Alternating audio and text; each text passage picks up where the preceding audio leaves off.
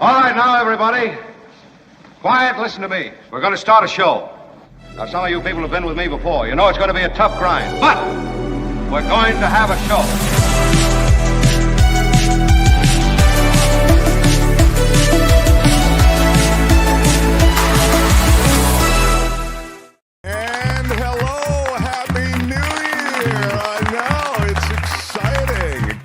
To embrace the potential, my friends.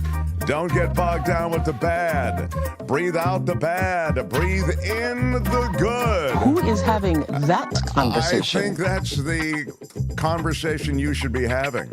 I found my credibility glasses, which really helps me going into this new year. It's 2025, and the mess that is America will get messier. We will be here for every hour of it. And Albert is here. Albert, thank you. Kim is here. Kim, how are you? We are excited that you have joined us on this, the first day of 2025 that the show is on the air. Already some blowback in the chat. We will get to that. There was some... What?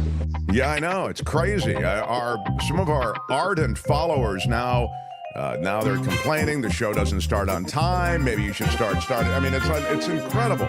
I mean, they do this to me all the time. I don't know what the hell they do it for. Casey gets it. Do you know who I am? Exactly. I'm kind of a big deal. Unbelievable, man. People come at you. On the first day, they come at you that way.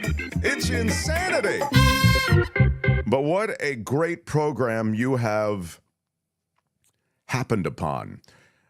We have a discussion that we touched on earlier this week associated with the swearing in of Donald Trump and the obvious issues that Donald Trump has around the fact that he is an adjudicated insurrectionist.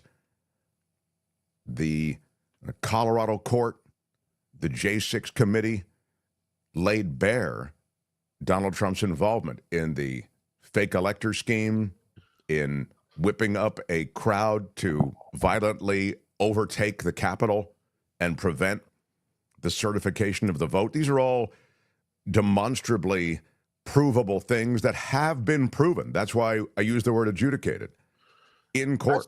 That's the question. I think when you say adjudicated, my mind goes to, oh, he's been found guilty in a court of law. But I think all that has to happen was the impeachment, right?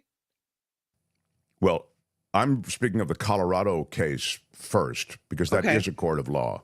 Right. And it was brought in that instance in Colorado in relation to him appearing on the ballot, his name appearing on the ballot. Mm-hmm. So they argued not that he wasn't an insurrectionist at that time. They argued that the issue of whether or not the insurrectionist adjudication should apply to him is something, and therefore disqualify him, is something that the feds have to deal with. It has to be dealt with at a national level. Right. Yeah. Mm-hmm. There's a constant pushing back and forth, because you'll remember that when he was impeached, that is to say, remember, when we say impeached, the indictment in the House was then handed to the Senate for a vote. The Senate essentially kicked the can to, well, it has to be dealt with on the outside. You know, this should be dealt. This is the same thing that the Mueller report came up with on Donald Trump. That, you know, essentially the Mueller report said there's enough here, but you guys are going to have to deal with this on the outside once he's no longer president. So, not to get too deep into this, but these are the issues that fundamentally will affect the future. And you can say, hey, man, the cake is baked. He's going to be president, you know, strap for impact type thing. But there is a movement, and I don't think it should be ignored, to make noise about this. I like the fact that they're making noise about this. And one of the noisiest and most effective spokespeople for this effort to bring attention to the 14th Amendment violation, essentially, which would preclude, the 14th Amendment would preclude an insurrectionist from becoming president, is Jessica Denson. And Jessica Denson, interestingly enough, was a former Trump staffer, and she has a lawsuit that freed up and got her free of the NDA that she had to sign as a Trump staffer, et cetera. But beyond that, she has brought attention to the fact that Donald Trump should be disqualified and not eligible to be sworn in. Now, again, you can say, well, it's going to happen. Okay. She has put together a group of people, an increasingly large group of people, who will march in Washington, and she will join us from Washington today to talk about that. That'll happen at the bottom of this first hour.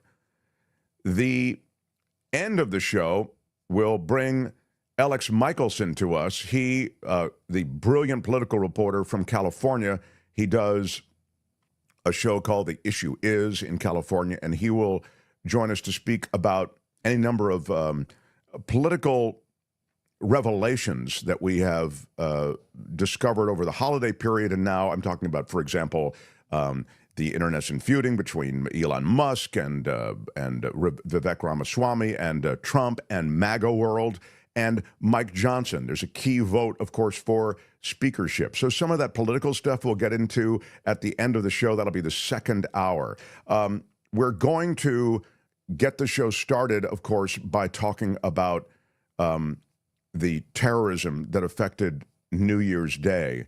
And I'll get to that in a second as well. But I did want to mention that David Katz will be here to start the second hour to weigh in on all of these legal issues. So even as I'm doing this back and forth with Kim about the adjudicated insurrection and stuff, et cetera, David will be here to really set the record straight. He, one of the great legal analysts in the English-speaking world. We're so happy that he joins us on Thursdays.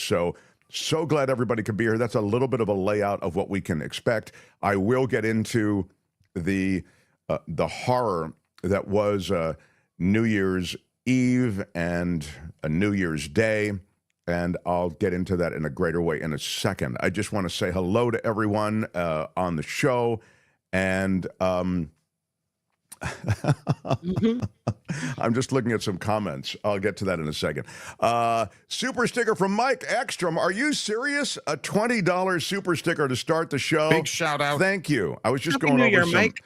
numbers, Mike, and thank you, because we had a very lean December, so we're really looking to and appreciative of all the fundraising that goes on. And Lucy McAllister, wow, my favorite McAllister. Everyone's favorite. In, yes. Everyone's favorite. That's right. Big shout out. Big shout out to Lucy McAllister for a super sticker.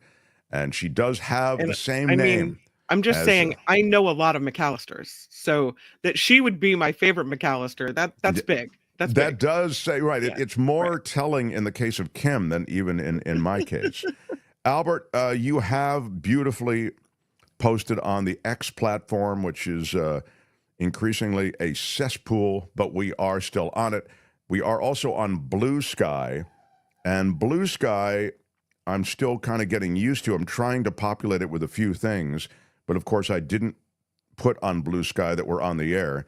But if you are looking, I could try to figure that out right now. Okay, we're at the MTS.bsky.social. Anything on Blue Sky is .bsky.social. So it's at the MTS. If you're looking for us there, we have it on the screen for you. Again, right now we don't have a very robust pipeline of content, but nonetheless, you can jump on board, and you'll certainly know if anything big happens on the show. We will tell you. I'm so appreciative of everybody who has joined us here on this first day. As we close in on 82,000 subscribers, it's a very exciting time for the show to grow and evolve, and we want you to be a part of it. And one of the things that I guess is a point of contention, at least for some people, is the fact that we start a few minutes after the top of the hour. We start a little after 2 on the East Coast, and typically we start a little after 11 on the West Coast. And then you adjust the time. But because people do join us in the live chat, they really want us to start right at 2 o'clock, right at 11 o'clock. So this is offered. Angel in the Bay Area says, here's $10 for a super chat. I will personally donate 1 credit in your name, Mark T, to MAGA for every day you start on time. What is it? Please stay the way you are. Angel the Bay Area is saying, sorry, I only meant to start the new year off with some fun banter. Because okay. Angel in the Bay Area got into a thing Right. with, I don't know who, saying, maybe start, I think it was Teacher Lori wanted to say, start the show on time. And, it's, so we have these people who are regulars in our chat. Angel in the Bay Area is one of them. Teacher Lori. These are people, all of the people who you find in the chat right now are typically in our community of supporters and chatsters, and it's really fun. But once in a while, they get on a jihad about something, and that's kind of been the case with this starting on time thing. So we are always trying to start in time. It's just that a lot of last-minute things happen. I mean, we're trying to get you the latest video, for example. We're trying to get you... we're not starting on time because we're sitting around getting a high.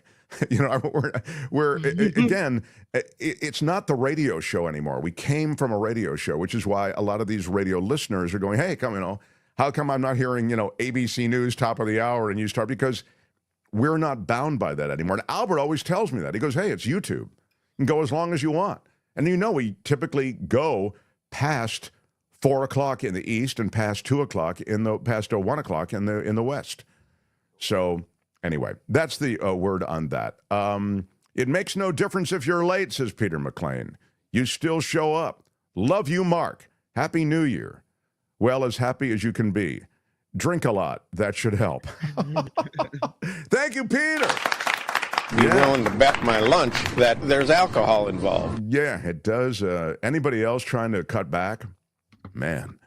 Motorex says, understood, you need to cover the events that have taken place, but for the mental health of the group listening, please don't dwell on it. Oh, he's saying he doesn't want the bad news of the day, Motorex is saying. Well, I mean, it is what it is. Yeah. What kind of news would you like? What kind of news would you like to have featured, Mo? Would you like, I don't know. I mean, would you prefer we just go to entertainment news and tell you what new shows are coming out for the winter? Would you like to talk about the new streamers? I saw that new Ray Romano show. Last night we watched 4 episodes of the Ray Romano show. And you know who's in it? Linda Lavin, who just died last week. Oh, yeah. And she has a pretty big role. So in a way, I mean, I was saddened by the Linda Lavin death, but I also thought, isn't it great that she was working? I mean, really working toward the end of her life. That's a show with Lisa Kudrow as well from Friends. Yeah, Lisa Kudrow. Yeah, right. It's very good. I really enjoy it. Albert likes it. That's unreal. Well, that's incredible because Albert, thank you. Albert's a young hipster, so the fact that he's embraced it really. And they have Ray Romano was a topic of a Will Albert Know It way years ago. That is true. So we had a segment called Will Albert Know It. Didn't we do it again here? I think we did it once, maybe since we've come to YouTube. We did it a couple times. I'm a millennial, significantly younger than the show around Brett and Kim, the co-hosts with Mark at the time. So yeah, and so I felt it would be fun to ask Albert questions that everybody of a certain age would probably know, but that he might not know. So we asked him about Ray Romano because it was, I said, in the show, Everybody Loves Raymond, what was who was the actor who played Raymond? Wasn't that it? Yeah. It was kind of like a trick question. Yeah, and then he answered, well, his name was, I think his real name is Ray. Which was a great, I remember that was a great shimmy. But the reality is, of course, he didn't get it, which was the fun part. All right. I'd love to sit here and laugh and chat. And I did laugh and chat for a second because, again. You're welcome, Mo. That was for you. Yeah, that was for you, Mo Direct. Trevor Starr in Hollywood with a 2025 super chat says, Mark, the next 4 years are going to be a long, terrible decade. Wow, we're going to have a whole long, terrible decade in 4 years. That's it'll probably feel like a decade. Yeah. Yeah. From now on, the word decade is only going to refer to my administration. But Happy New Year anyway, he says. Well, Trevor, thank you. Thank you for the contribution. Thank you for the support. I think we can all get through it together. Super sticker from Angela. Wow, what a great way to start the new year. Thank you, Angela. Angela Silva with a $20 super sticker. Thank you so much. Thank you so much. She's cute. Yes. Look how cute she is in her picture. I love it. I can't really see. She looks very cute. Our whole audience is very attractive. A $10 super sticker from Gordon. Thank you so much. Thank you so much, Gordon. Yes, appreciate that. We are a crowd-funded show, so always enjoy it. Luis, who is in Southern California. Please, Mark, give us betting odds. What, on whether we start on time or on, yeah. And this, Jim Slayton, with a $10 super chat. Big shout out to you, and thank you so much. Big shout out. From your favorite Slayton, not the Bobby guy. Happy New Year. I just exchanged messages with Bobby Slayton yesterday, actually. Yes, the next 4 years will be frightening, says Maggie. Indeed. I'm not completely convinced it won't indeed be a white-knuckle ride in many ways. Marilyn says, $5 super sticker. Thank you, Marilyn G. Big wow. shout out. Marilyn G. Love it. All right, guys, you're the greatest. I appreciate all this. What a great way to start. By the way, I'm rocking the Mark Thompson Show. This is the maroon T-shirt that I picked up at Looks the... good with the black over it. I like it. Well, thank you very much, Kim. A little something I just threw on. I appreciate it. Happy New Year, Mark, Kim, Tony, and Albert. I'm so glad you're here for us, says Chris from Menlo Park. Menlo Park's a great place to live, right there south of San Francisco in the San Francisco Bay Area and the peninsula. Today is the last day of Hanukkah, by the way. Happy Hanukkah, everyone, says Brian. Where is... I got rid of it, actually, the Happy Hanukkah. That was another thing. We're playing Chinooka, but I felt we'd Chinookaed our way through. So we didn't... $5 super sticker from Winthrop. Wow, Winthrop, big shout out to you. Big shout out. Thank you very much. Thank you, everybody who has arrived here. We have plans to run through the terrorism that has affected America, although this is domestic terrorism, make no mistake about it. And I appreciate, though, so we'll get to all of that. I appreciate, though, the donations because we are a crowd-funded show. The only way we stay on the air is with you, so very much appreciate it. I'm just so tired of hearing people bitching about your show. It's your show, Richard says. Well, one of the aspects of the show, I think in the DNA of the show, is the audience bitching about it in some way. Everybody wants something different. Can't you do it more like this? How come you do this? New Zealand is also here. I love my Kiwis. There you... No, I was just... Okay. New Zealand also here, Mark. Free Soul. Big shout out to Free Soul in New Zealand. Gosh, I love New Zealand. I was there so long ago. But big shout out. I told you the story about the mayor desperately hitting on my girlfriend at the time, the mayor of Christchurch. It was so. It is actually a morning show for New Zealand listeners too. Oh, that's right. Yeah, that's right. 8:20 a.m. It is right now. Man, that's somebody who can't get to sleep. All right, Albert. Thank you. Yeah, thank you for that, Albert. Wow. Albert, Albert has an international quality now. His other job, which you can't really talk about, involves the rest of the world. So he has to kind of know what is happening in time zones and right, Albert? I mean, that's your kind of your Yeah, I love it. Yeah, it's a Happy Chinooka. Okay. I have no idea what Chinooka is. Okay. Well, happy Chinooka, everybody. Last day of Chinooka. So bravo. All right. The Mark Thompson Show. Well, we are now getting started in the new year, and we're getting started in the ugly American way. Guns, explosives, violence. It's a real bad scene.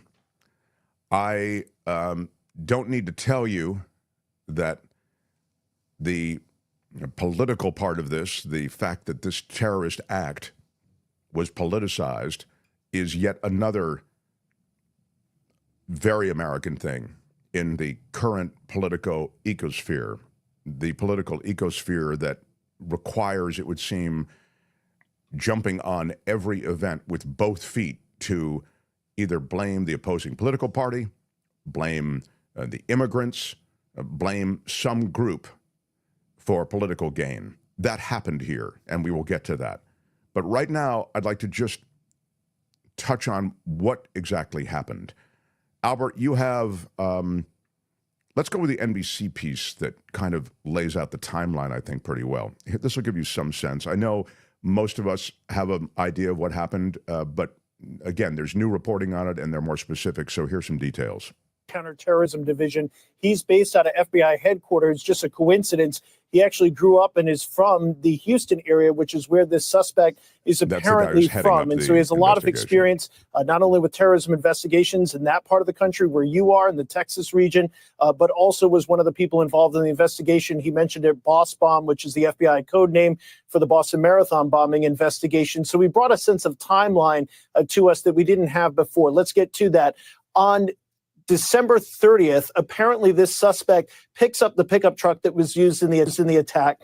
On the 31st, so New Year's Eve day, he makes his way from Houston to New Orleans, and along that trip, starting after approximately 1:29 a.m. local time, he begins recording a series of videos, 5 in total, according to Rhea.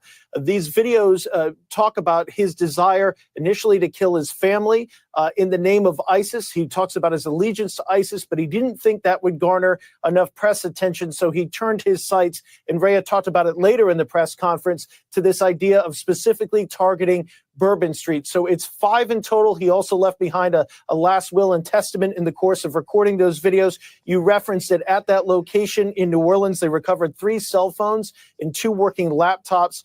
The IEDs that they found, they were able to go back and look at surveillance video and actually found that he placed them there. The question is whether or not they would have been remote detonated, that they would have gone off by him triggering something. We've seen that in other terrorist attacks. It is in terrorist propaganda on how to build those. The key word that he said, they are, quote, confident that he acted alone in this attack on Bourbon Street. So that's definitely a change in this investigation from what the FBI ASAC talked about yesterday. And that's after they reviewed some of the video and were able to kind of narrow out individual suspects. And you alluded to the people that were looking at these coolers on Bourbon Street. And as you mentioned, a couple hours after midnight is when apparently he laid those out, and obviously before the attack. Another key quote from this, he says, quote, he was 100% inspired by ISIS. So the indication at this point, he says, in looking at cell phone records, and what they'll do is they'll actually go back and look at everybody who's called him and everybody that he called in order to determine who's he been talking to and what's been going on. And they also can take an initial look at those cell phone messages, and his own videos are obviously going to be very helpful here in this investigation. Putting all that evidence together, what Ray is telling you here, Tom, is that they have gotten to a point in this investigation where they think, 1, he wasn't directed by ISIS abroad, and 2, that he was acting alone, with the caveat, as you mentioned, coming right out of that press conference, that it is early in this investigation. One last thing I'll mention, the quote on Las Vegas is there is no definitive link so far, but it's very early in that investigation between what happened at the Trump Hotel, the explosion of a Cybertruck, and what happened in New Orleans yesterday. There are evidentiary coincidences between the two. There are active searches that are going on for the individual that rented that Cybertruck, his home in Colorado. There's active law enforcement activity in the Houston area where the New Orleans suspect is from. But at this stage, there's no definitive link between the two. Again, the big caveat that these things change over time. And the challenge for law enforcement these days, these phones that we have, Tom, they collect so much data, so much information about us and our movements. It's tough to sift through. All right, we thank you for that, Tom. I want to bring in Tim Gallagher. He's a former FBI special agent in charge of Newark, New Jersey. Tim, I first want to start with Bourbon Street, right? They're going to reopen Bourbon Street 36 hours after this terror attack that killed so many people. Is that the right call? Well, sure. Thanks for having me on. And you know, like we spoke yesterday. I'm sorry. My picture is gone, so that's why I've kind of laid out here and let that run a little longer than I would have. I don't know quite how to remedy this. I'll try to. They just said, while you try to fix that Bourbon Street would reopen. And I can tell you that it is back open. The head of the New Orleans Police Department made the announcement a little after noon their time today, saying that they will have a large police presence in this area where this happened, but that the street is reopened now. So there is that. There is no shortage of huge events around New Orleans. I think that Super Bowl is there this year. Isn't that right, Kamish? So the idea somehow that this would happen in New Orleans is extraordinary on some level, because they do deal with such big crowds and threats to big crowds on a regular basis. Now, there you see in the still frame that Albert has up, you see that the truck actually hit that huge construction machine. It's a bucket loader, I think, and when it hit that stopped his rampage. Then he got out of the truck, and law enforcement took him out, but not before he got into a firefight with them. As you know, there was a tremendous loss of life here as a result of both the truck running over people and bullets flying everywhere. The CCTV stuff, Albert, do you have that? Because what's interesting to me about this is, and this is fairly important in regard to what you've just talked about, Kim, which is the fact that they're reopening, and what I just mentioned, which is that they are doing a lot of big events there. And the reason I think it's important is that you'd think in a place with big events and huge crowds regularly that they would have a better way, essentially, to block off the street. I mean, the CCTV video will show you that the police car that is blocking the main road blocks the main road, but look, he just goes right around the police car and drives right down the sidewalk. I mean, it's as though huge pushback because people are wondering exactly what you're saying, Mark.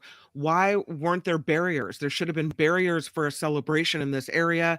It might have prevented the attack. Where were the barriers? So, who knows if the person would have been able to get around a barrier on the road or not, but there's a lot of discussion about that. Well, the other thing I would say is that those barriers, because they were referred to in the press conference, are in New Orleans. They can be deployed, those barriers to which Kim has referred. And there are apparently new ones that they have that are even better. Great.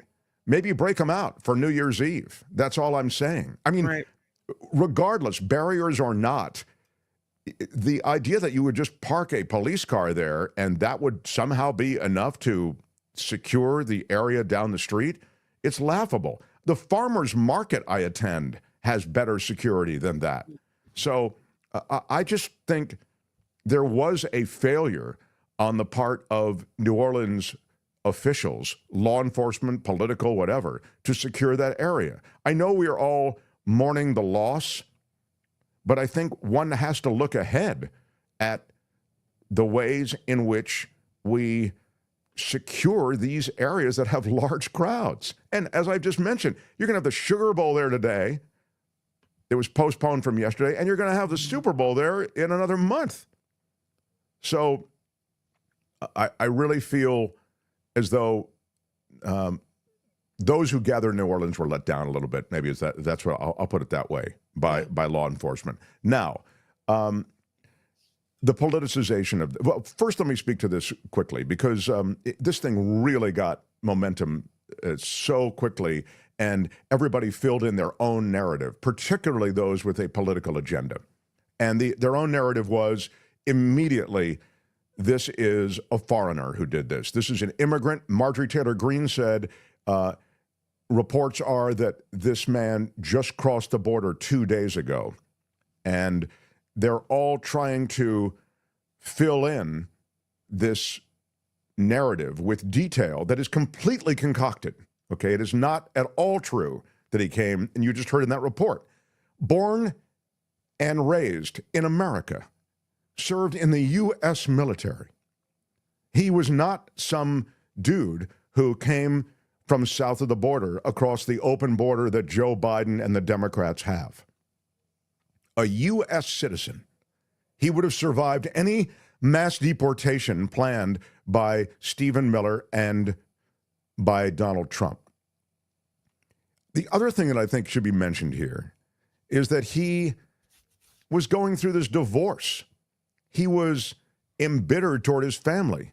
He spoke, I think, wrote, recorded various musings about killing them. And then finally, he just took it out on innocent people who were gathered there celebrating the new year. He was, it would seem to be the case, he was radicalized, and he was raised in a Christian family. He was radicalized into Islam and to militant Islam, to make the distinction. And he became a devotee, it would seem, of ISIS. He flew that ISIS flag as he pursued this horror. FBI's Deputy Assistant Director Raya said today the suspect pledged support for ISIS on social media just hours before this attack. So there you go. So the way it was quickly politicized, as I mentioned, Marjorie Taylor Greene was one. Kennedy was another one. What did I give you, Albert? What do I have for you? I have the Trump stuff. Trump came right on and said he was an immigrant. I mean, I'll take whatever you've got. But here was Trump right after it happened. Here we go. Ramming attack that has occurred on Bourbon Street in New Orleans. This is Fox News. Statement from President-elect Trump on the New Orleans attack. He says, quote, "When I said that the criminals coming in are far worse than the criminals we have in our country, that statement was constantly refuted by Democrats and the fake news media, but it turned out to be true. The crime rate in our country is at a level that nobody has ever seen before. Our hearts are with all of the innocent victims and their loved ones, including the brave officers of the New Orleans Police Department.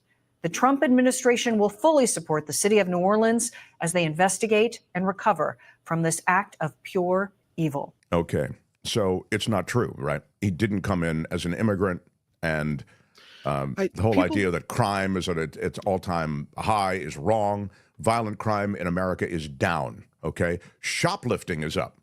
If you want to, stuff jacked from stores, those numbers continue to rise. But violent crime is down. So again, these are narratives that are pursued for political reasons. Sorry, Kim, go ahead. No, I was just going to say people will see the name of the attacker and from New Orleans, and they will think, oh, immigrant, right? Without really doing their due diligence. They'll see a foreign name and think that means, oh, well, even if they're a citizen, they're from a foreign country or whatever. So maybe there's some of that going on, some type of racism just given the name of the person. Karen says the fact is U.S. citizens are far more likely to be victims of fellow citizens than of immigrants. Trump and NTG never let the facts get in the way, says Jim. Yeah, indeed.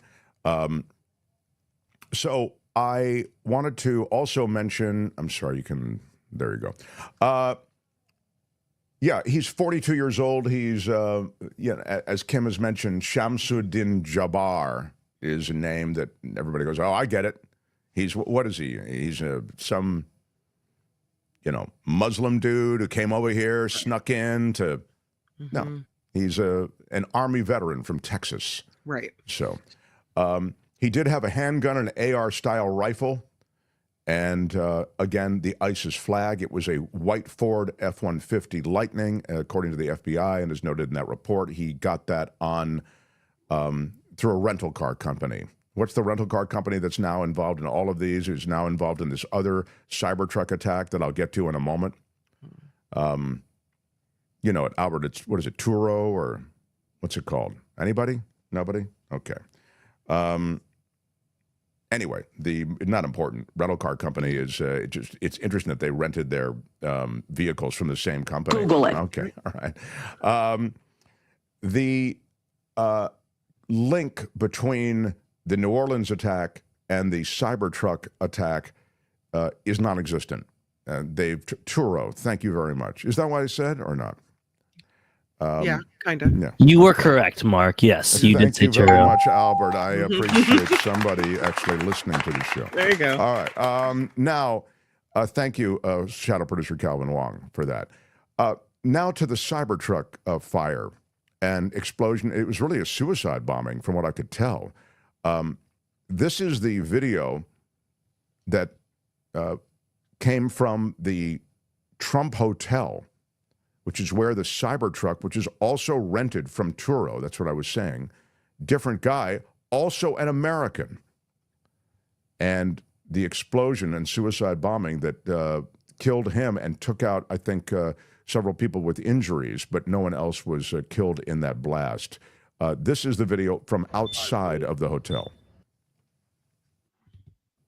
And now you're basically seeing that Cybertruck parked in front of the hotel, and there is the blast. I mean, it's an intense blast, right? And apparently that was fireworks, gas tanks, and camping fuel that were all used in the Tesla Cybertruck explosion to create that massive blast. It kind of they say that it looks like a suicide bombing almost. The guy that is thought to have been behind it was inside the truck. They're still working to ID the body, but it looks like he was a special ops military guy, an active member of the military. How weird that they're both members of the military and involved in these things on New Year's Eve. I know you say there's no connection, but that's really strange. Yeah, and I'm only saying there's no connection because the FBI says that there's no connection right now. But again, that car or truck, Cybertruck, was rented in Colorado.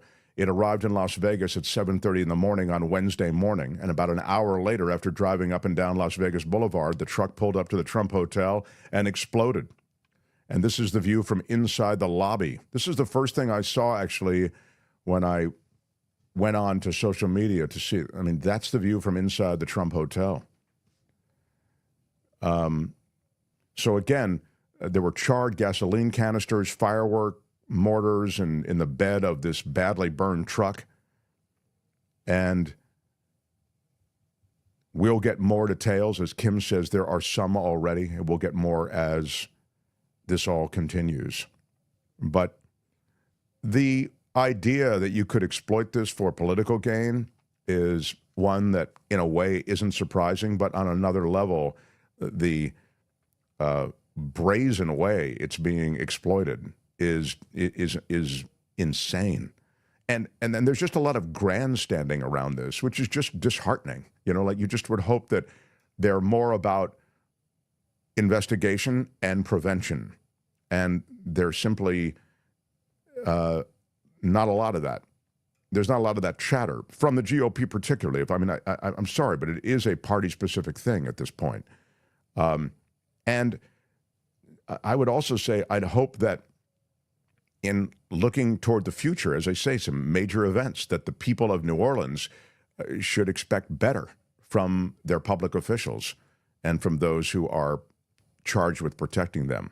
So, yes, Donald Trump, he weighed in on it in the ways that we just shared with you. And also Joe Biden kind of gave you the official word as to what was happening. And Joe Biden, again, just generally unimpressive in his remarks. But, I mean, he, from the standpoint of substance, again, he was fine. But, you know, in terms of presentation, if you're looking for that strong alpha leader, he's not that. So was blowing up a Tesla in front of a Trump building in Vegas a symbolic act or something, asks Randy. Exactly. Well, what was it? I don't know. But I do think this is something. P.S. Thank you for this comment. Radicalization in the military should be a big story. They were among the leaders on January 6th.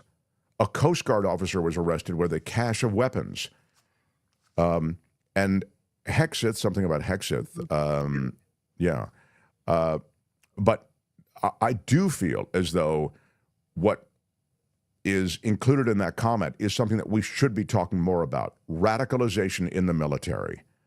So now you have trained these various people who are enlistees. You've trained them in multiple destructive ways in which they can ply their terror, and now they're out there. I mean, to be fair, you can't. I get it. You're saying Pete Hegseth is now running that, and who is he to run that organization and to in any way investigate the emerging terror threat that comes from the military, from those who are enlisted. The man in the Cybertruck was shot in the head before the explosion outside Trump's Las Vegas hotel, according to the sheriff. That's breaking news here. So, Hegseth wants to do a video to recruit more white Christian nationalists. He sees it as an army that will be warriors for white Christian nationalists. Look, Pete Hegseth is that guy. That's an absolutely fair comment. And so, I mean, I think he's utterly unfit to lead anything. I mean, I wouldn't let him supervise my lemonade stand, much less the Department of Defense. It's insane. He was thrown out of a veterans charity for his inability to run it. Suspects in the Vegas explosion, New Orleans attack served at the same Army base, sources tell Denver 7. That's interesting. Again, FBI is saying there is no connection, but this is a continuing situation, and we will give you more as we get it. But I'd also like to, is Jessica here? Yeah. Yeah, so I've got to move on, although I promise you we're watching this, and we will continue to give you more as developments warrant. And Kim is really going to update news throughout the morning and throughout the afternoon. So we will continue to watch this situation. Did I leave anything on the table on this, Albert, or not? Did we get to all the video we wanted to get to? We did, and Jessica is standing by right now. Okay, cool. So thanks, everybody. That's the word as of now. And again, I think in addition to the specific takeaways, I just feel it's loathsome the way it's being played for political gain. Absolutely grotesque. But The Mark Thompson Show. As I mentioned to you, and we mentioned earlier in the week, there is a legitimate argument to be made that Donald Trump, an adjudicated insurrectionist, should be, by definition, disqualified from taking the oath of office as President of the United States. One of his former staffers who won her battle in court over Trump's NDA that he makes all of his employees and those who are working around him and staffers, campaign staffers, sign. She won her battle in court to overturn that. It was ruled illegal. And now Jessica Denson is leading this effort to bring attention to the fact that this adjudicated insurrectionist should not be eligible for public office as president. She's in Washington now organizing this group that will march in protest of the inauguration. How about it for Jessica Denson, everybody? Thank you for joining us. Hello, hello. You know, so nice to meet you. Thanks for having me on. It is really a pleasure to meet you as well. And I've just heard so much about your work and read about your work and have seen your work, of course, because you have your own YouTube channel. And I love that, you know, you're using this platform and social media platforms to get the word out. Summarize, if you will, I guess I did sort of a super reducto on things for the audience, but summarize where we are and what you're doing.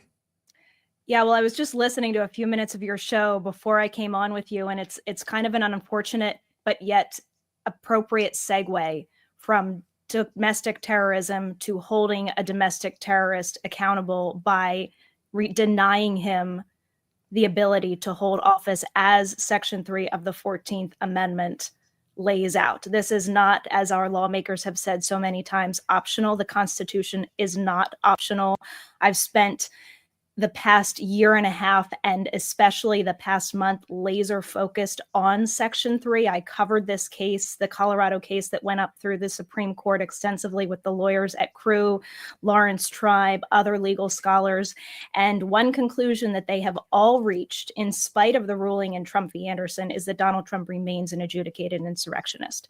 This man is a domestic terrorist. He is constitutionally disqualified from holding office. And so to think that we are about to pass the Rubicon into this extra constitutional territory when our lawmakers have not only the ability, but the obligation to stop this man from assuming this office, barring a 2/3 amnesty vote, which is what Section 3 outlines, is a moment that we absolutely have to take stock of. And I have noticed in my reporting over the past month that there has not been movement. I've been trying to get people to call Congress, trying to get them to sign petitions. And I know that the appetite is not there. And that is why I came to the point with a lot of feedback from, my wonderful audience that we had to put our bodies peacefully in DC to pressure them to say, this is the moment in history when it must be done. All of the dire, horrible, awful,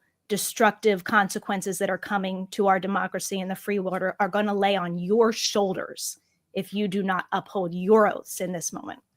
And so, boy, there's a lot there. I mean, one of the things that's just so sad that you haven't seen anyone spark to this. Let's start with that. So anyone in an official capacity seems loath to embrace this. You think because of intimidation, both politically and sort of physical intimidation, the implied physical intimidation from MAGA?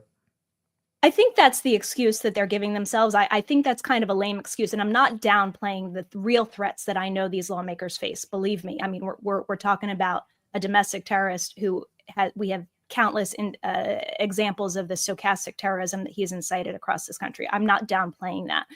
The fact is that if we are operating from a standpoint of violence or the threats of violence precluding us from lawful action, then we've basically ceded it already.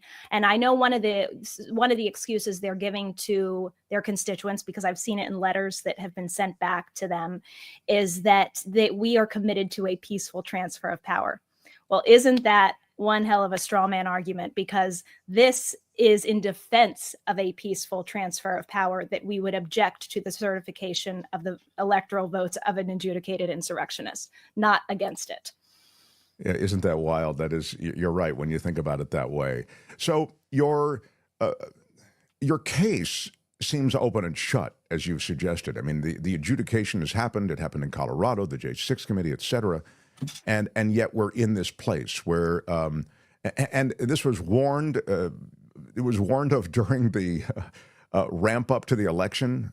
It seemed to me disqualifying that you could have this guy as an option. I mean, this guy who tried to overturn the U.S. government. I mean, it's with everything from a fake elector scheme to a violent takeover of the Capitol. So, this is just as a voter, I thought that way. I mean, I'm leaving aside everything else that happened in his presidency and corruption, et cetera.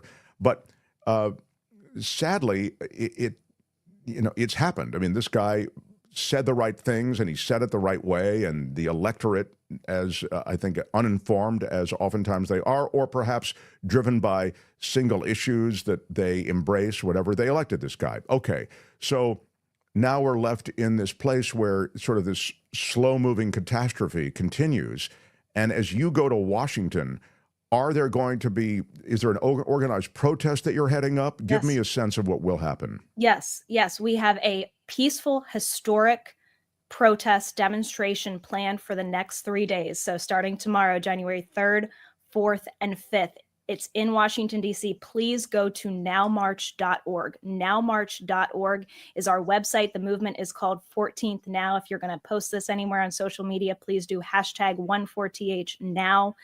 And most importantly, if you can, show up with your bodies peacefully, warm bodies in this cold weather in Washington, D.C., and join us. This is, this is a tradition of civil movements to protest injustice. And I think at a lot of times in this country, we have become complacent and we take our liberty for granted. And it's going to be a very stark awakening when we realize just how unceremoniously it has been stripped from us. So right now, this precious little window of time before January 6th, we have an opportunity to stop it, and it should be stopped. It's not extreme to follow the rule of law. It's not radical to follow the rule of law. It's normal. And certifying this man's electoral votes as regularly given, which they are not. And that's what the Electoral Count Act provides for. Objecting on the basis of them being not regularly given is completely normal. And it's what every single lawmaker who has taken an oath to defend this Constitution against enemies, foreign and domestic, must and should do. So please go to nowmarch.org and please join us if you can. And we have it up there, nowmarch.org. 3 days of protests, the 3rd through the 5th. We'll double back to that also. But you mentioned the Electoral Count Act. I want to, there it is, Albert's got it on screen for you. I want to just explain what the Electoral Count Act is, because it's interesting. I mean, it's not, there is a legal mechanism, if you will, to actually get to what you're talking about. There absolutely is. And the Electoral Count Act comes from the 1800s. It was reformed in 2022. So it's now called the Electoral Count Reform Act. That did not change the threshold for which an objection must be raised in Congress. And that is now, and it has been, 1/5 of each body. So we're looking at about 87 members of the House, which Democrats could easily comprise, and 20 members of the Senate. So 1/5 of each body must raise an objection to his electoral votes. If that objection is raised, the full body then votes on that objection, and a simple majority is required to sustain the objection. So yes, we would need some conscientious Republicans to join on to that effort, but that is all. And we know how close the margins are right now in both the House and the Senate, and they will be even when the new Congress is sworn in tomorrow. So that's all you need. You need a 1/5 to raise the objection, simple majority to sustain it. A lot of people have thought that in the event that happened, the election would then fall to Vance. I think there is a legitimate question as to whether that would be the course that would play out, as David Schulte and Evan Davis laid out in the Hill last week. They said that if Donald Trump's electoral votes are not counted under that process that I just described, then the majority of electoral votes would fall to Kamala Harris and she would be elected president. So we should not assume that this would go to Vance. That is not anywhere laid out in black and white. There is, it appears to be, a process for it to go to Kamala Harris, being that she would be the one remaining with the electoral votes, and Donald Trump would not right. have If you brought it below the threshold of what her vote is, then she has the most electoral college votes. It's such an interesting wrinkle, constitutionally. Has there been literally no response positively from any politician or anyone in a position of power in Congress to this? Well, to the extent that I can speak for every single one of them, and I would not pretend to be able to do that. I haven't seen movement. I haven't seen response to my outreach to their offices personally. Let's just give them the benefit of the doubt and say they're all keeping their powder dry, and they need to see a public showing to be nudged to that. That's why this showing that you're talking about, this 3 days of attention that you're trying to bring to it. That's what I love about you and this effort is that you have to make noise. I just think you have to make noise. That's what MAGA does. MAGA makes noise. They are, and Bannon's plan to flood the zone, as he calls it. He just flood the media with stories. There'll always be new news stories all the time to distract from what's actually going on. Yep. And so I applaud the fact that you are employing this method, that is to say, the march, the social media attention, to try to make noise of your own. I want to, so again, we have it, and we'll post it again, nowmarch.org. Can I just put in one caveat real quick? Please. We have some fluid changes going on right now to our location logistics because of those terrorist events that you were talking about, because of preparations for Jimmy Carter's funeral. So if you could please make sure that you press the join the movement button at nowmarch.org so that we can update you with the latest location information in the event that there are some adjustments to that. So please click there, join the movement, so we have your email and we can send you the most precise and up-to-date location information. That's terrific. Albert has it on screen now. If you're watching on YouTube, if you're listening, it's again, it's nowmarch.org. And again, there's a big join the movement button under, the on the splash page. I want to go back and ask you a question, which is not one that you haven't been asked before, but I've never asked it to you. So what brought you into the campaign of Donald Trump to begin with? 8 years of mental malpractice on a 24-hour, 7-day-a-week basis. I wasn't up all those hours, but a lot of them from Fox News. Constant brainwashing, total up is down, inverted propaganda as to the reality of the situation in our country. And I thought, quite tragically, that our democracy was at an existential point in 2016.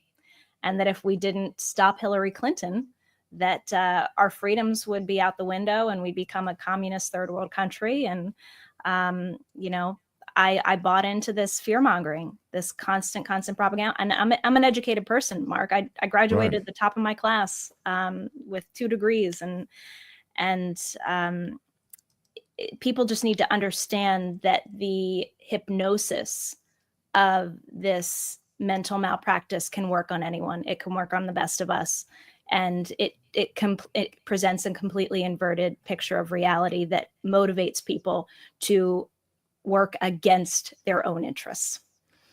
It's interesting because you're right. It's not nothing that you're this, you know, very big-brained person, and you, after an inundation from Fox News, became radicalized in a way. I mean, that may be an overstatement, but I mean, you certainly swept up in the notion that democracy was on the line. And it's funny, the left was being told democracy was on the line, and the right was being told democracy on the line. It was on the line in different ways. And I feel as though maybe this is because I lean left, that, you know, that there was some truth to the fact that democracy was on the line if you voted in Trump. And I think we saw evidence of that. But it's a cult. And there is a cultism around that Fox News blast of disinformation. I think it's really instructive that you were swept up in it. Yeah, it's criminal what they've done to this country. Absolutely criminal, Mark. Free Soul says, love your story, Jess. So glad you woke up from the cult. So that was the next question I was going to ask you, which is, when did you wake up from it all?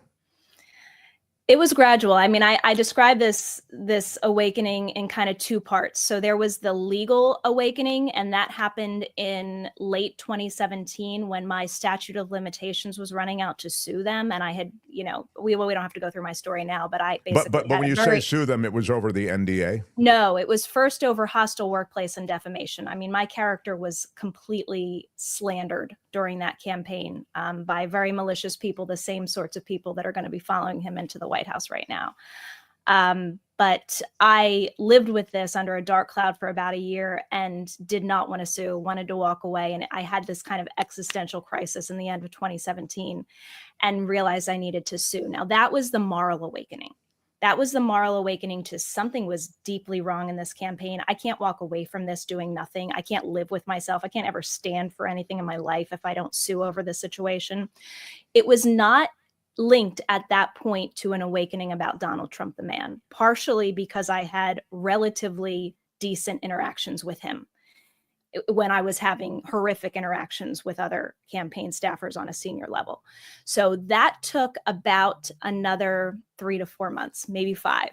I would say by early 2018, I was fully out. And it was just kind of like transitioning my news sources, seeing the way the disgusting manner in which he treated public servants, whether it was James Comey not getting his plane ride home when he was fired, you know, Andrew McCabe being denied his retirement when the Marie Yovanovitch thing came around, you know, she's going to go through some things that related to me in unbelievable ways. So just seeing from the top down, seeing that the rot actually came from Donald Trump, the man. This is one thing that a lot of MAGA believes. When all these other people get thrown under the bus, they're like, oh, it's just the other people. You know, they never connect it to Trump.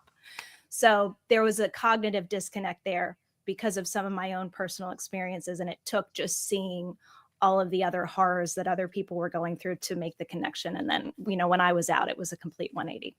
Yeah, that's really interesting, actually, that you saw the way that others in the organization or in the orbit of Trump, you saw the way that others were being harassed, destroyed, and rotisseried by this horror that was the Trump administration. I mean, they went after, you know, people who've served this country quite nobly.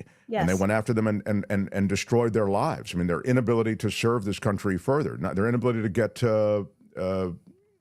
pensions. You know, they disqualified from government service just prior to the moment that their pension was going to kick in, et cetera. So it's interesting that you saw that and you thought, wait a minute, that is now resonating with me because I'm living a version of that. Right. As a Trump campaign staffer. So you, it's asked, were you surprised that Trump won, or did you see it coming, is what is being asked?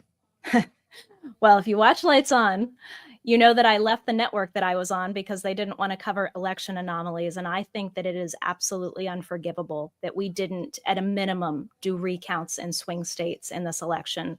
The fact that we had hundreds, I know the numbers was initially dozens, I think it's hundreds of bomb threats on election day to Democratic precincts from Russia. We had security experts telling us that election deniers from 2020 had access to the software that was used in this election. They were simply asking for election hygiene. I am not confident, and I don't think this makes me a conspiracy theorist, that Donald Trump won this election freely and fairly. So I'll put that out there first. To the extent that he did get the support that he did, and we know that he still got millions of votes, by the way, which are still less than a third of voting eligible adults, even by taking the numbers at face value. So let's just keep that in perspective. It's less than a third of voting eligible adults. According to the numbers. Your point is, if you I'm sorry to interrupt, but I'm just going to underscore it. You're saying if you in any way draw from this election, even if you presume that it's legit, which I think is a pretty significant presumption, I'm kind of in your camp, you can't somehow suggest that there's a mandate. No, not even a majority, not even near close to a majority. Yeah. So but to the extent that millions did vote for him, which they did, it is what we were talking about 5 minutes ago. It is the propaganda. It is the hypnosis, the mental malpractice, aided this time by a billionaire who bought his own platform, and still constant inundation from Russian propaganda, which in this case, in this country, is basically just Fox News. So, so many forces were injected. Romania had the guts to throw out an election that was tampered with by Russian interference.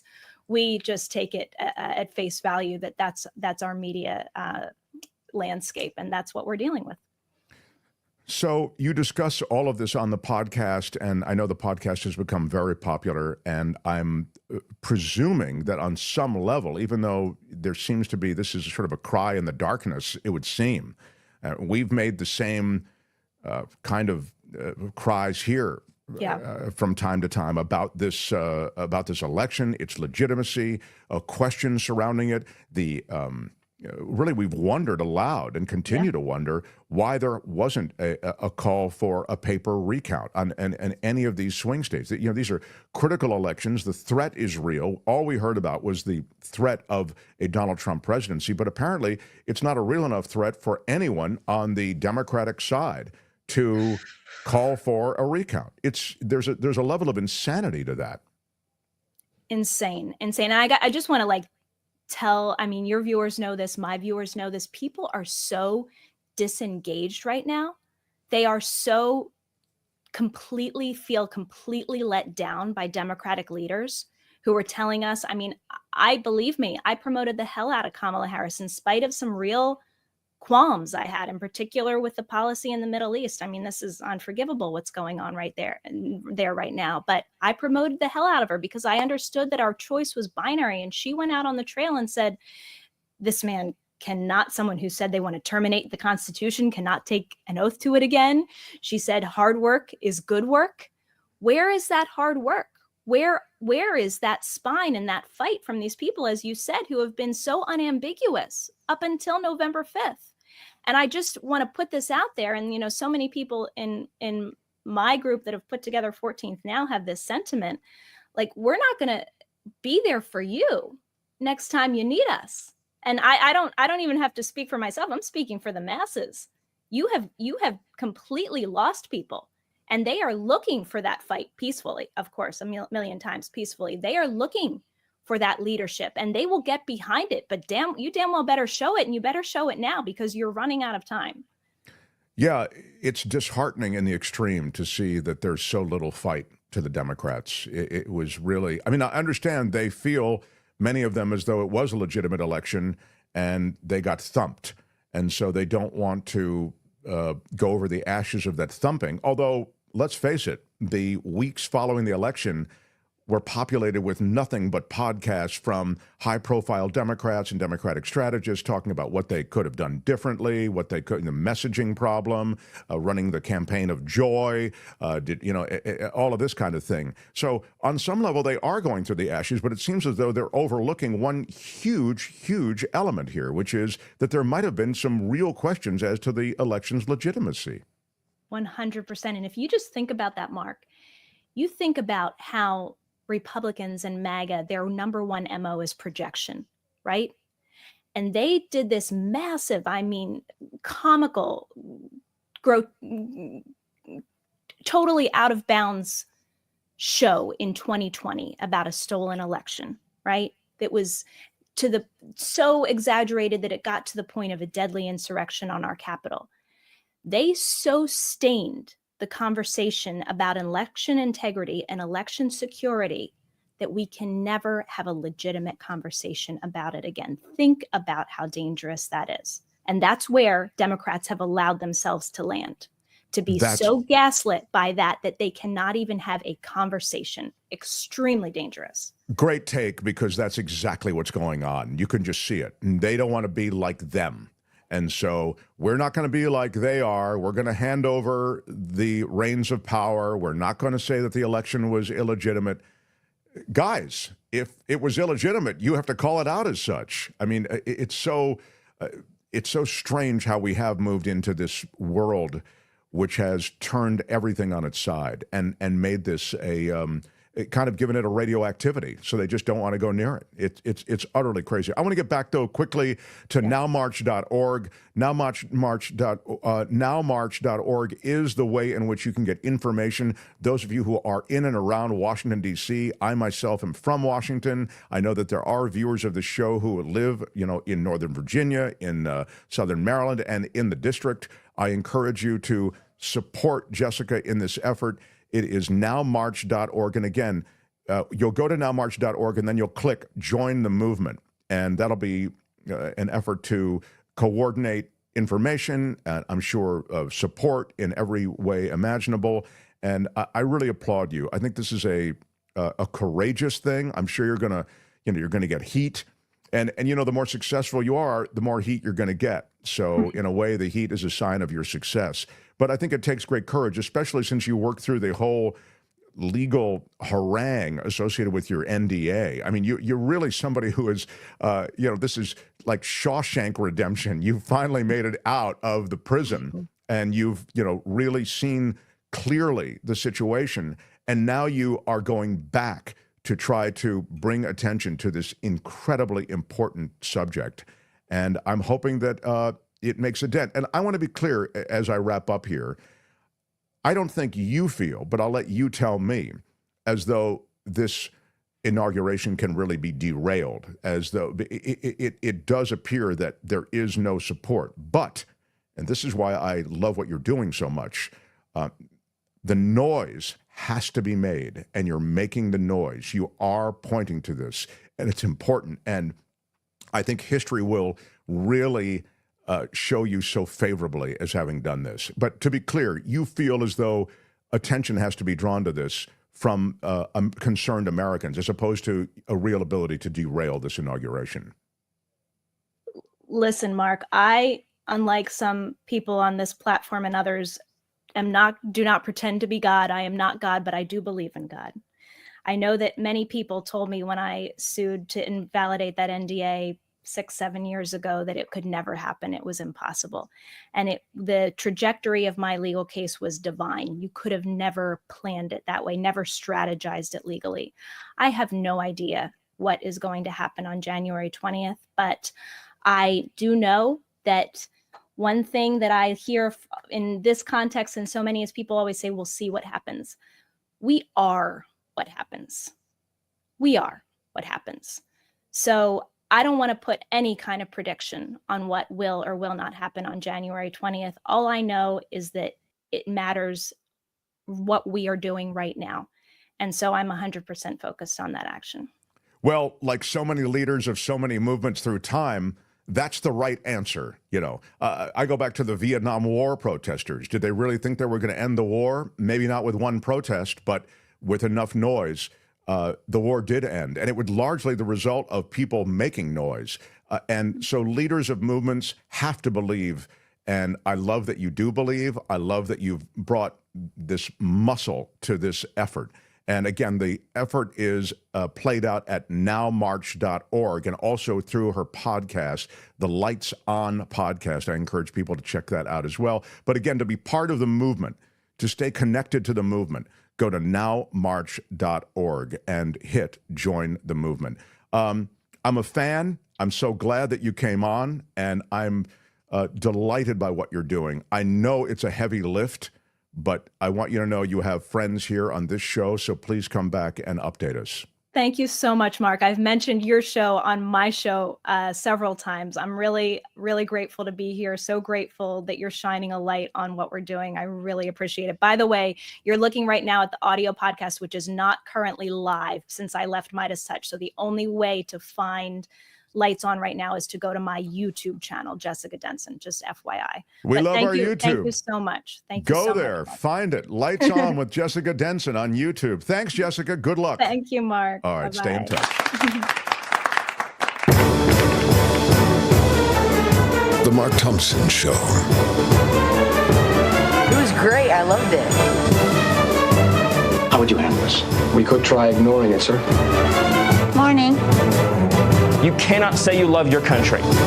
Where are my weed smokers at? Stay at home and get baked. Right on, everybody. Right on. I love somebody who is putting that kind of effort into that sort of movement.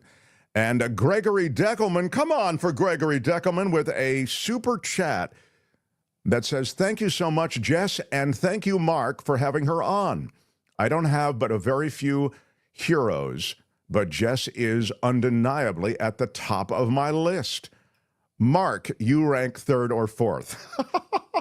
What? Those are the sorts of compliments that I'm used to. You know, they do this to me all the time. I don't know what the hell they do it for. Look, I'm happy to make the top 5. You know, who am I? I really am. So I have zero faith in the DNC, says Becky E. Zero faith in the DNC and their ability to run big campaigns. I think the DNC made some real errors, but the one that really stands out to me now is related to this. It just is, it's so easy to ask for a recount, and I don't understand why that hasn't been done. So there are too many external forces. There are too many external forces working in the shadows that go way beyond sort of a Russian involvement, and those things have to be explored. And she is so impressive, says Karen. I agree.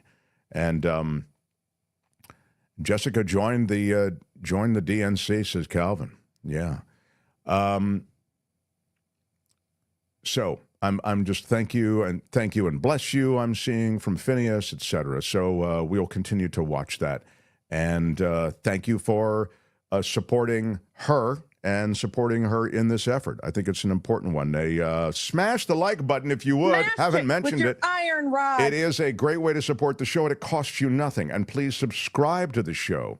That also is a great way to support the show, and it costs you nothing. Big fan of things that cost you nothing. I'll always try to find things that cost you nothing. And Smash it with your iron rod. The smashing with your iron rod is a great way to support, and so is subscribing. So, and Beneloco says, onward through the fog, America.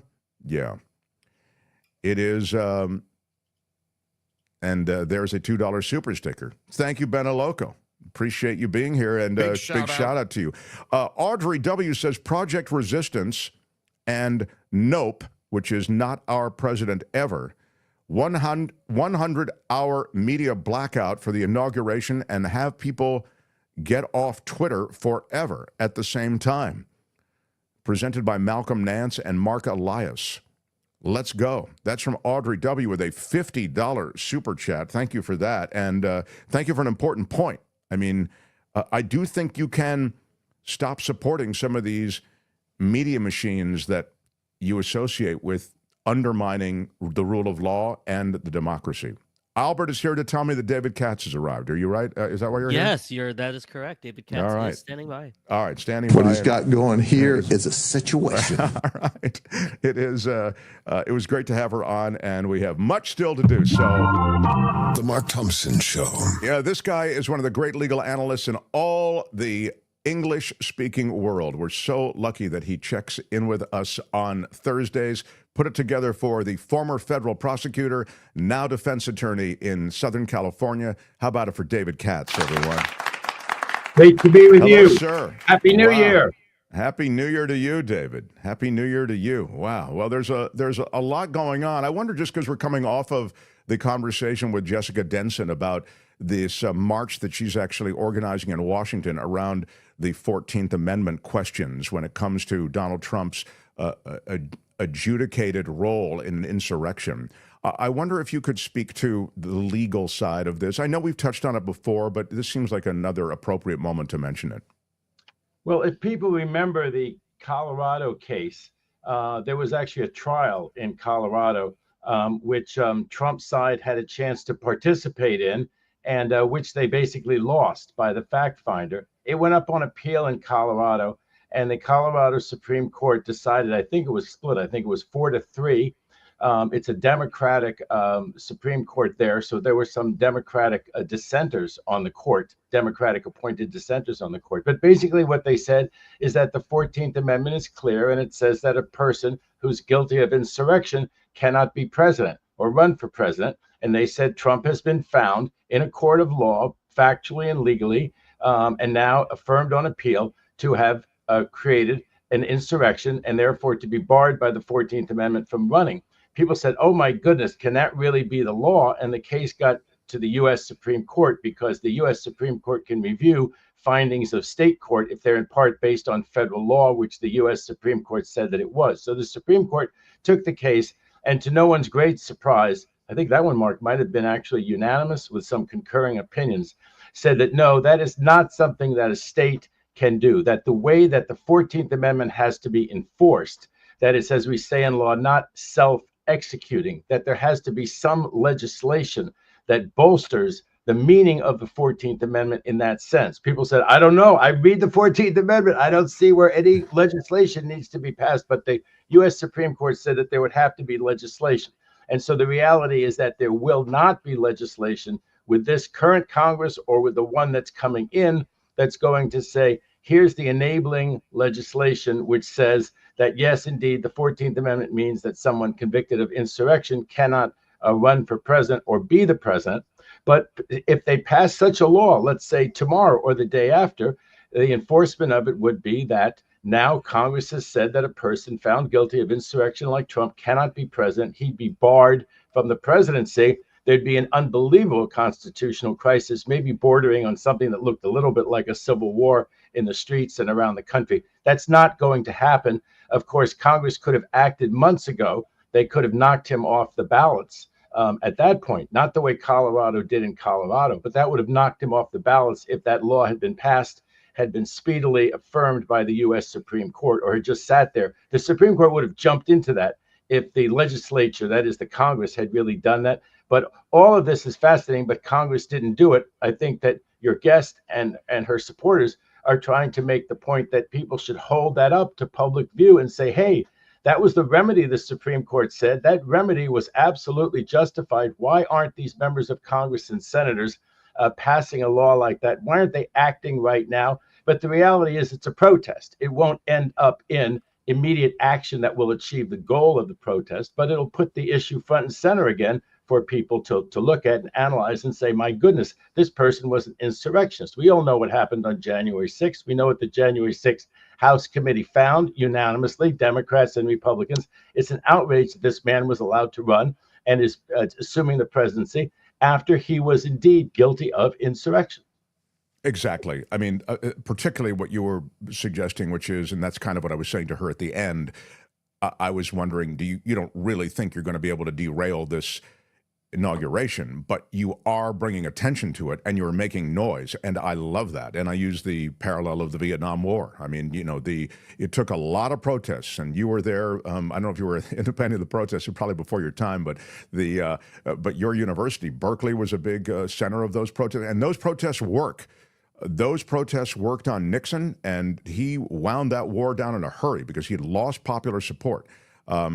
In any case, I like that they are making noise, and what we're seeing in the chat is the SCOTUS is corrupt, and SCOTUS is handpicked, and SCOTUS continues to act on behalf of conservative interests, in this case, Donald Trump. So I wanted to... Mark, I want to say I thank you very much for recognizing that my youthful appearance makes it unlikely that I was in those protests, but I was. Were you really? Wow. In Washington, D.C. in 1969, the so-called mobilization against the war. And Nixon, I'm surprised by that. Yeah, that's great. And Nixon sicked the cops on us. It wasn't like just all happy singing Kumbaya. There were a lot of violations. When they marched against W being renominated in New York City, Bloomberg ended up violating the law by putting protesters against Bush being renominated as president in New York City. He put them on these piers. He held them wrongly. Bloomberg and his administration had to pay millions of dollars to people who were just exercising their right to free speech. That's why it was pretty funny when I saw him on the stage wanting to be the Democratic nominee, but he was trying to stop Trump. You remember? He was trying to stop Trump. And so for those efforts, I thank him. For the efforts violating people's civil liberties, like Nixon violated our civil liberties at the mobilization against the war, I do. What did the Godfather say? This I do not forgive. All right, now I wanted to quickly pivot to what Jack Smith has done just in the last week. Jack Smith withdrew from the Mar-a-Lago documents case, the case that I always felt was the best case to be brought against Trump because it's so easy for the public to understand. It's indefensible and inexplicable in any reasonable way that he took all these documents. He actually actively hid these documents when the government of the United States, in the form of the FBI, and then it was first archivists, then it was the FBI, asked for these documents back. They said they returned the documents, then they actually didn't. Again, all of these things have been borne out by all of these different depositions and testimony, and it would appear clear that Trump would have been found guilty. So anyway, and as I say, almost regardless whether he's found guilty, to me, it's astounding that the media hasn't asked him more about this because it's indefensible. So the idea that Jack Smith was withdrawing from this Mar-a-Lago documents case was initially viewed as, oh my God, I mean, they're dropping this, but that's not quite what happened. He didn't withdraw it and drop it. He dropped it with the Southern District of Florida. Can you speak to that distinction and whether it's important? Well, I think that Jack Smith's thinking, I think it's always good to, from what I've seen of him, I hold him in very high esteem. And so I think that if you use a legal analysis that's also practical, you can figure out what he did, and it's not corrupt, it's not self-serving. It's not for any improper purpose. So why would he properly do what he did? Well, first of all, he cannot keep prosecuting a sitting president of the United States. That's a DOJ memo. Whether it's right or wrong, he's bound by it. I don't think it's right. It was, brought after Nixon, and then it was reaffirmed, if you want to call that, under Clinton.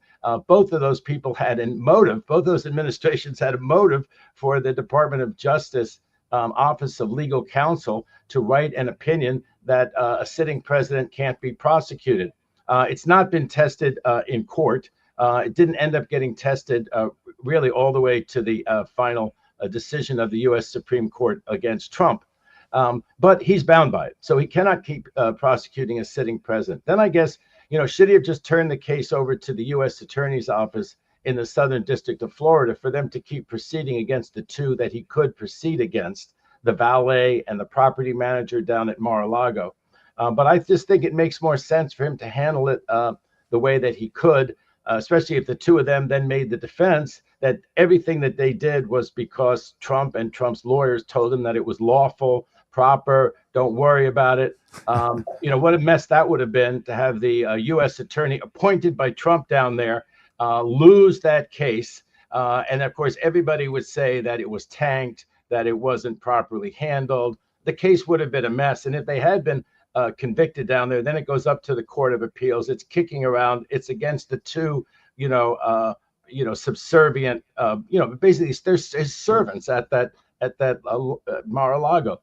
So I think that kind of made sense. And the other thing was that he dropped his appeal. Some people thought he should have tried to ask the 11th Circuit to race his appeal through on the issue that he does indeed have the power to prosecute, that the independent, not independent, now it's called the special counsel. In the old days, the special counsel, the independent counsel, was really independent. Ken Starr was appointed by judges and could only be removed by judges. Under this new law, he does, at the end of the day, work for the Attorney General. And the Attorney General can, at the end of the day, review what he does, and at the end of the day, remove him, which is why the right-wingers always say that this really is the hand of Merrick Garland behind everything that Jack Smith does. That's not true, but formally, that's the way it works. So I think rather than challenge that decision, again, the U.S. attorneys or Department of Justice officials that Trump would put in there, with all due respect to the professionals at the Department of Justice, again, everybody would have thought they might have tanked the issue, made it come out a certain way. It would have been, to use one of Trump's least favorite words, collusive, and that they would have lost on purpose, made bad law on purpose, or, just basically thrown the case. So I think Jack Smith did the right thing here, Mark. So that's interesting. And also the interesting, I think part of that answer is the appeals to which you referred, like you could have appealed it. He could have appealed it and turned it into something. Appealing it. Well, he had to basically drop the appeal, as I understand it. Yeah, I guess that's what. But at least that's better than adverse appellate judgment, which could be coming if he'd have kept it alive. And then Trump had said, you know what, I'm keeping it alive. I see. There's also this whole issue of some of these cases, whether they're in abeyance, whether they could rear their head in 4 years after he's no longer the sitting president. But let's just say this to your audience. Don't hold your breath, folks. Don't hold your breath that's going to happen in 4 years. We've seen now, They were dismissed without prejudice. A dismissal with prejudice means the case is gone forever unless there's really new evidence of some sort and the court believes that it's because it's new evidence. With prejudice means that the case is basically gone forever. Without prejudice means it can always be re-raised. But there'd be arguments, even in 4 years, let's assume the Democrats were back in power, they want to re-raise it, that Trump had been prejudiced, his speedy trial rights had been violated, his witnesses now that he would have had now are gone 4 years later. Don't hold your breath that any of these cases are ever going to be revived, the criminal cases. You'll forgive me for this reference to Marjorie Taylor Greene, but she actually articulates something that I want to follow up on that is not just her notion. But I will use the dim-witted worst kid in the class to get to the question. She is saying that the attorney, the U.S. attorney, Matthew Graves, who prosecuted most of the J6ers, even though he resigned, this is not the end for him, she says, because we are about to take over and we're going to be in charge and he should pay for what he's done to these people. We have to expect that there is going to be an effort to go after those who prosecuted the J6ers and those who in any way went after the lawlessness of the Trump administration the first go-round. Well, there is, it's a technical question. It's a legal question. I haven't really researched it, but I think once you're no longer in the Department of Justice, I think that a Department of Justice investigation, an internal investigation, a professional responsibility investigation becomes moot. Now, some people may say, well, wait a second, Gates resigned from the House. How come they issued the House ethics report? Anyway, that's what, first of all, that's unusual.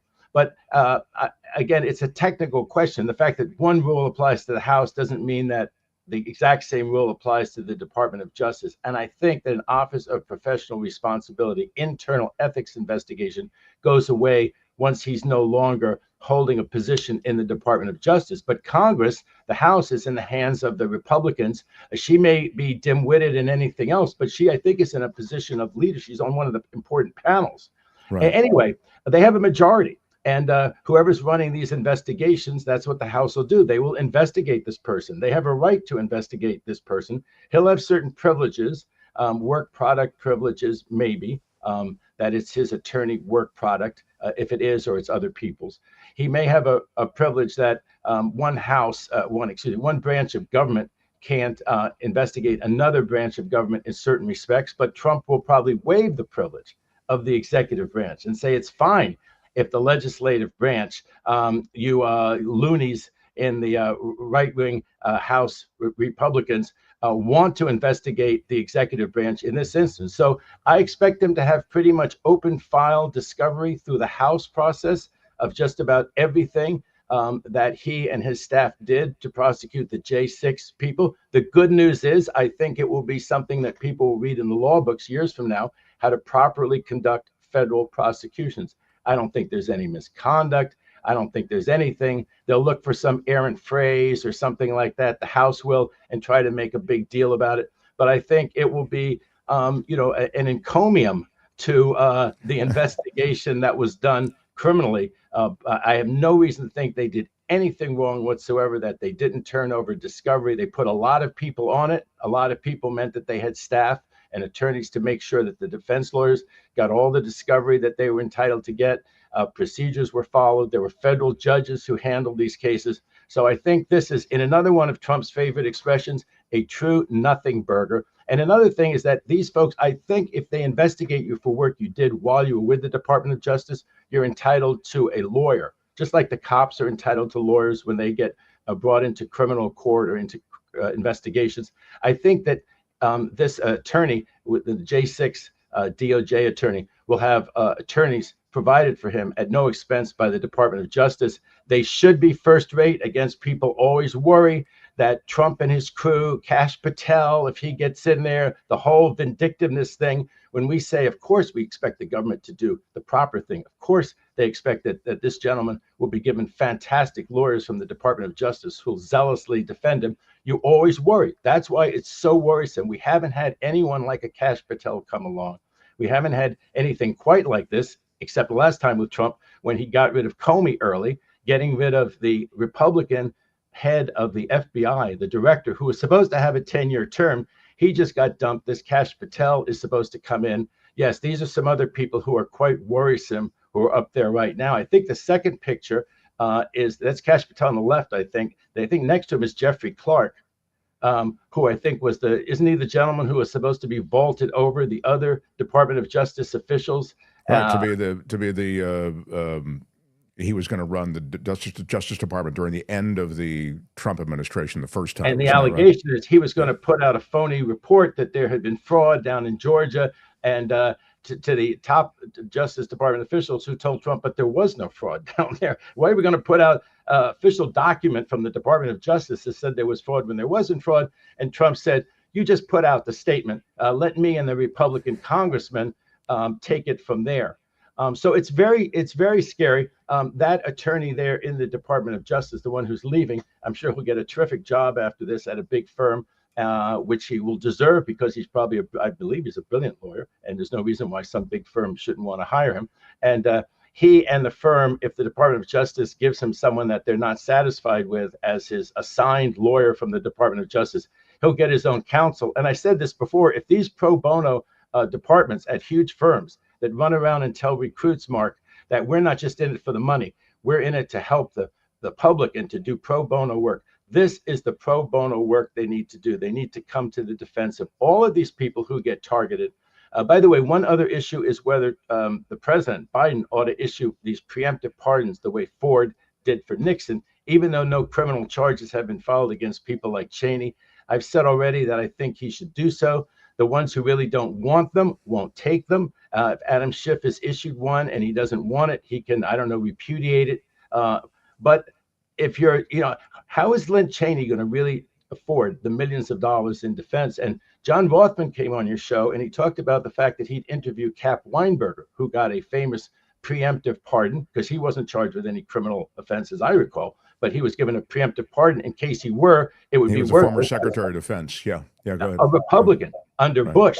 And he was given this, what I believe you could term a preemptive pardon. And John Rothman interviewed him, and he said, look, whether I was guilty or innocent, I would have taken that on, but I wouldn't have taken on the $1 million bill for lawyers that I would have needed to even get to that point. Sure, and that's how the government can destroy you. They just come after you, and now you're in a legal fee nightmare because you'll just go broke trying to defend yourself, even though you're innocent.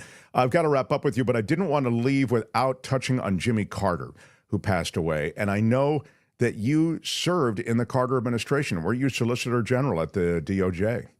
I was not the Solicitor General. You would have read about that in the history books. But let me, do I have a couple of minutes to... You worked in the office of the Solicitor General, I should say. Yeah, go ahead. The Solicitor General represents the United States government when it has a legal dispute. So you take the mephistoprone case, the medical abortion case. The federal government had a position in that. I think they were just an amicus, but sometimes they're the direct, they're direct party involved because they have represented one side or the other. And now whether they lose or win, they argue in the U.S. Supreme Court. So I was very fortunate to have been selected. I was at Berkeley's law school at the time. I was the notes editor of the Law Journal. And one of the top professors there had been an assistant to the Solicitor General. He'd actually been in the Solicitor General's office for several years on like a sabbatical from Berkeley's law school. And when he left, he told Carter's Solicitor General, a very distinguished African-American judge who Carter had made the Solicitor General, the top person to argue for the U.S. government, the U.S. government's positions on law in front of the U.S. Supreme Court. He said, we ought to have a summer program. We ought to have two people in a summer program. And Wade McCree, the Solicitor General, said, we don't have time for that. Summer programs, this and that, train people. So the professor said, well, I'll find you this fellow from Berkeley. And he found me, David Katz. So in 1980, I went there to be a assistant in the Solicitor General's office for the summer for 3 months. But I had that feeling, of joining the Carter administration, the time, 1980, when Carter was in power, the hostage crisis that was being reported every single day. And I got to actually work on cases in the U.S. Supreme Court. And one of the thrills of my life was when they go over there, they come over in a car from the basement of the Department of Justice. And Washington, D.C., it's 8 or 9 blocks from where the Supreme Court building is. So they go right down, I guess it's Pennsylvania Avenue, and they go into the basement of the U.S. Supreme Court building. And then you come up in an elevator and you go right into the Supreme Court room. And I had a morning coat because that's the proper attire. So even though I wasn't arguing, I sat at the table for the Solicitor General staff and argued this case that I had helped do the research on. And of course, it was a thrill of a lifetime to sit there, the 9 justices. Oh my God, yes, I can't imagine. That had to be extraordinary. The way they came out of the velvet curtain. The government's position did prevail in my case. But I just want to say this about, it's so odd because I was 27 at the time. And of course, Jimmy Carter lived to be 100 years old. So I've had a lot of the news stations, including Fox and News Nation, not the most liberal ones, let's put it that way. But they wanted to know about my experience, because I was there at 27, working in the Department of, it's the main justice building, which is a big deal. And on the 5th floor is the Solicitor General, because he's such an important official arguing to the U.S. Supreme Court. He's just down around the corner on the same floor as the Attorney General. So you're on that floor where the Attorney General is. There's special lighting. It looks nice, unlike the rest, which is very nice, but it looks like a government building. And there are the portraits, including the portrait of Bobby Kennedy was on that floor. And it was just a thrill. I got to meet. Well, you clerked for a professor at Berkeley who wrote much of the text of the Panama Canal Treaty, didn't you, David Katz? Well, thank you for asking that. One of the things that brought me to the attention of the professor from the Solicitor General's office who recommended me for that position and basically got me the job. Like I said, the Solicitor General himself said, we don't have time for this. But as long as, you were vetted by someone from his office, then I had that job for the 3 months. That was so wonderful. I even got a paycheck. I lived in Washington, D.C. that summer of 80. Even with the hostage crisis, it was just a thrilling time. But before that, I'd worked on for a professor who wrote the Panama Canal Treaty, or substantial parts of it. Now, the thing with the Panama Canal Treaty, it got started the negotiations under Eisenhower. And the people who are talking about the Panama Canal Treaty, especially Trump, is an absolute know-nothing. there was no doubt that we were going to turn over the Panama Canal Treaty under some deal. We weren't going to hold on to it forever. It was part of Panama. We were running it. And so 20 Republican senators voted for the Panama Canal Treaty. It needed 67 or more votes because it was a treaty requiring a 2/3 vote in the Senate. Carter took a lot of the heat, including from Reagan, who ran against him successfully in fall 1980. He'd given away the canal. And one of the Republican senators, he really wasn't on our side, but he sure helped our side. He said, I think we should keep the canal. After all, we stole it fair and square. Well, saying we stole it fair and square, you want that argument being made by the other side, not by your side. But there were a lot of technical issues that were involved. And the professor that I worked for, whose name was Stephen Riesenfeld, he was an expert on the law of the sea. And, it went on for pages and pages and had a lot of technical things about who got what rights and how they were going to be administered and what if this happened and what if that happened. But I just want to say a couple more things about the Panama Canal Zone. Quickly, because I've got to wrap up, but I really do want to hear it. So go ahead, please. Yeah. It was really part of the Jim Crow South and had been. Think of how the Canal Zone was administered down there. I think actually John McCain was born there. His dad was an officer serving down there. But it was like a huge military compound that was a little part of America, but it was a little part of Southern Jim Crow America. And of course, the Panamanians tend to be very dark-skinned, and they were treated almost like under apartheid down there in their own zone. And then there was an argument which was very...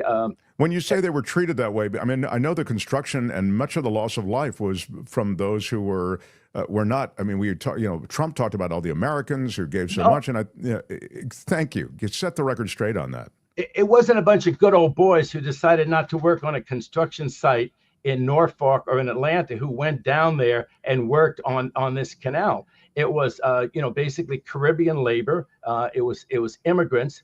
Yes, a lot of them died. Thank God we had more protections, and they died a lot less than under the French. The French had tried it 100 years before and basically given up because too many people died of tropical diseases, and they just couldn't accomplish it, although they were very talented. They built the Suez Canal, but the French couldn't build it. And then Teddy Roosevelt pushed ahead. Of course, we also intervened in the affairs of Colombia. It was Colombia's, and then we backed the insurrection, the secession of this breakaway province that became known as Panama. We immediately signed a deal with them. We built the canal at great expense and loss of life, mainly Panamanian and Caribbean life that was lost building it. And then by the 1970s, Eisenhower hadn't solved the problem. Nixon hadn't solved the problem. And along comes Carter. And the canal, Mark, was ungovernable. There were going to be riots down there. Everything was going to happen. It was their canal. It's very sensitive. You should never get anything by threatening. But it was obvious that the threats were going to be such that America could not hold on to that canal and run it forever. So Carter made a deal where he got 20 Republican senators to agree with him, and where we controlled the canal all the way to the end of 1999. The last thing I want to say is there was an argument, the Panamanians will never be trained well enough to run the canal. It's so technical, all the engineering. And of course, Carter and after Carter, they trained the Panamanian and other engineers to run it really well, and they run it really well. And the deal now is that they charge high tolls. If you don't like the tolls, go negotiate with them. But don't say, you're going to go take the canal back. So I just want to give a shout out to Riesenfeld and to Carter. And Jimmy Carter, last thing, I swear to God, it's the last thing I want to say. But the people who think that, the inclusion of women in high positions and the inclusion of African Americans and Hispanic Americans, it just sort of happened somehow. No, it didn't happen somehow. It happened because Jimmy Carter made it a priority. He pushed affirmative action. He put RBG on the appellate court. She went on to the Supreme Court. He put very distinguished women, oftentimes professors, on the courts as appellate judges around the country, and they had very distinguished careers. And it didn't happen by accident. It happened because it was a priority for Jimmy Carter. And also Andrew Young was a very important person. Andrew Young was critical. Yeah, I'd love to talk more about Jimmy Carter another time, because you really do have firsthand granular knowledge of his administration and many of his accomplishments. And it was a complex time, and a complex period during his administration. But I've got to wrap up. We adore you. I've loved our last couple of years with you, and I'm looking forward to the next year having a lot of very complex legal issues because of the pledged retribution and everything else that, has been talked about. So, David, Happy New Year. Thank you for being so generous with your time. We really adore you. Thank you. Happy New Year to you. And watch this year Trump overplay his hand and come up on the wrong end of one battle after the other. I'm very optimistic. Katz is optimistic. Thanks, David. Love it. Do you feel it? It's the Mark Thompson Show. Yes. Mark Thompson. Yeah, who is Mark Thompson? I don't know. We are underway here, and so excited that you joined us. Smash the like button, which in YouTube land is important. Subscribe, which is Smash it with your iron rod. YouTube land is important. Neither costs you anything. And appreciate everybody who's part of this community and support. One of the most respected political journalists in all of California and possibly the nation is our next guest. He hosts a television show that I think goes after political issues and politicians in creative, inventive, and revealing ways. And I love that he is a regular here. How about it for Elex Michaelson, everybody? Yeah. Good to see you. Happy New Year, sir. Happy New Year to you. You're playing a hot hand. I saw Alex. I just got up on New Year's morning and I saw that my old station, which is Fox 11 in Los Angeles, was broadcasting the Rose Parade. So, that's great because we talked about the Rose Parade here on the show prior to this, and I tune in and you're hosting it, and it was terrific. You and Christine Devine, who my old colleague. It's a spectacular event. I was just trying to do half as well that you did as the host all those years ago, and trying to be more like you in every way. Well, thank you. Do you know who I am? Yes, I'm kind of a big deal. You're right, exactly. The character was based off of you, wasn't it? I did. If you don't say it, nobody else is going to say it. So so sometimes I have to say it. I did host it. It's not easy, though. They give you like notes on what the floats are and all of that kind of thing. But, integrating that stuff and making it seem as though it's all natural and organic conversation over a 2.5-hour period or whatever it was, it's not easy. I thought you did a really nice job, like a terrific job. So congratulations on that. Thank you very much. It was a lot of fun. It was great to work with Christine. Our team did a great job. But I will admit, it was a little harder than I thought. I mean, it took a lot of prep and hours of reading over those notes and visiting and all the rest of it. I mean, you learn more about sunflower seeds than you ever thought you were going to need to know. So, this is an inflection moment, not just the new year, but this new administration, which is unlike any other administration. One of the things kind of similar to the last Trump administration. Yeah, that's true. Although totally more arch. I don't know. I mean, we've never had a president like this before. Well, we did. Yeah. That's right. There's never been anything like this. Well, yeah, sort of.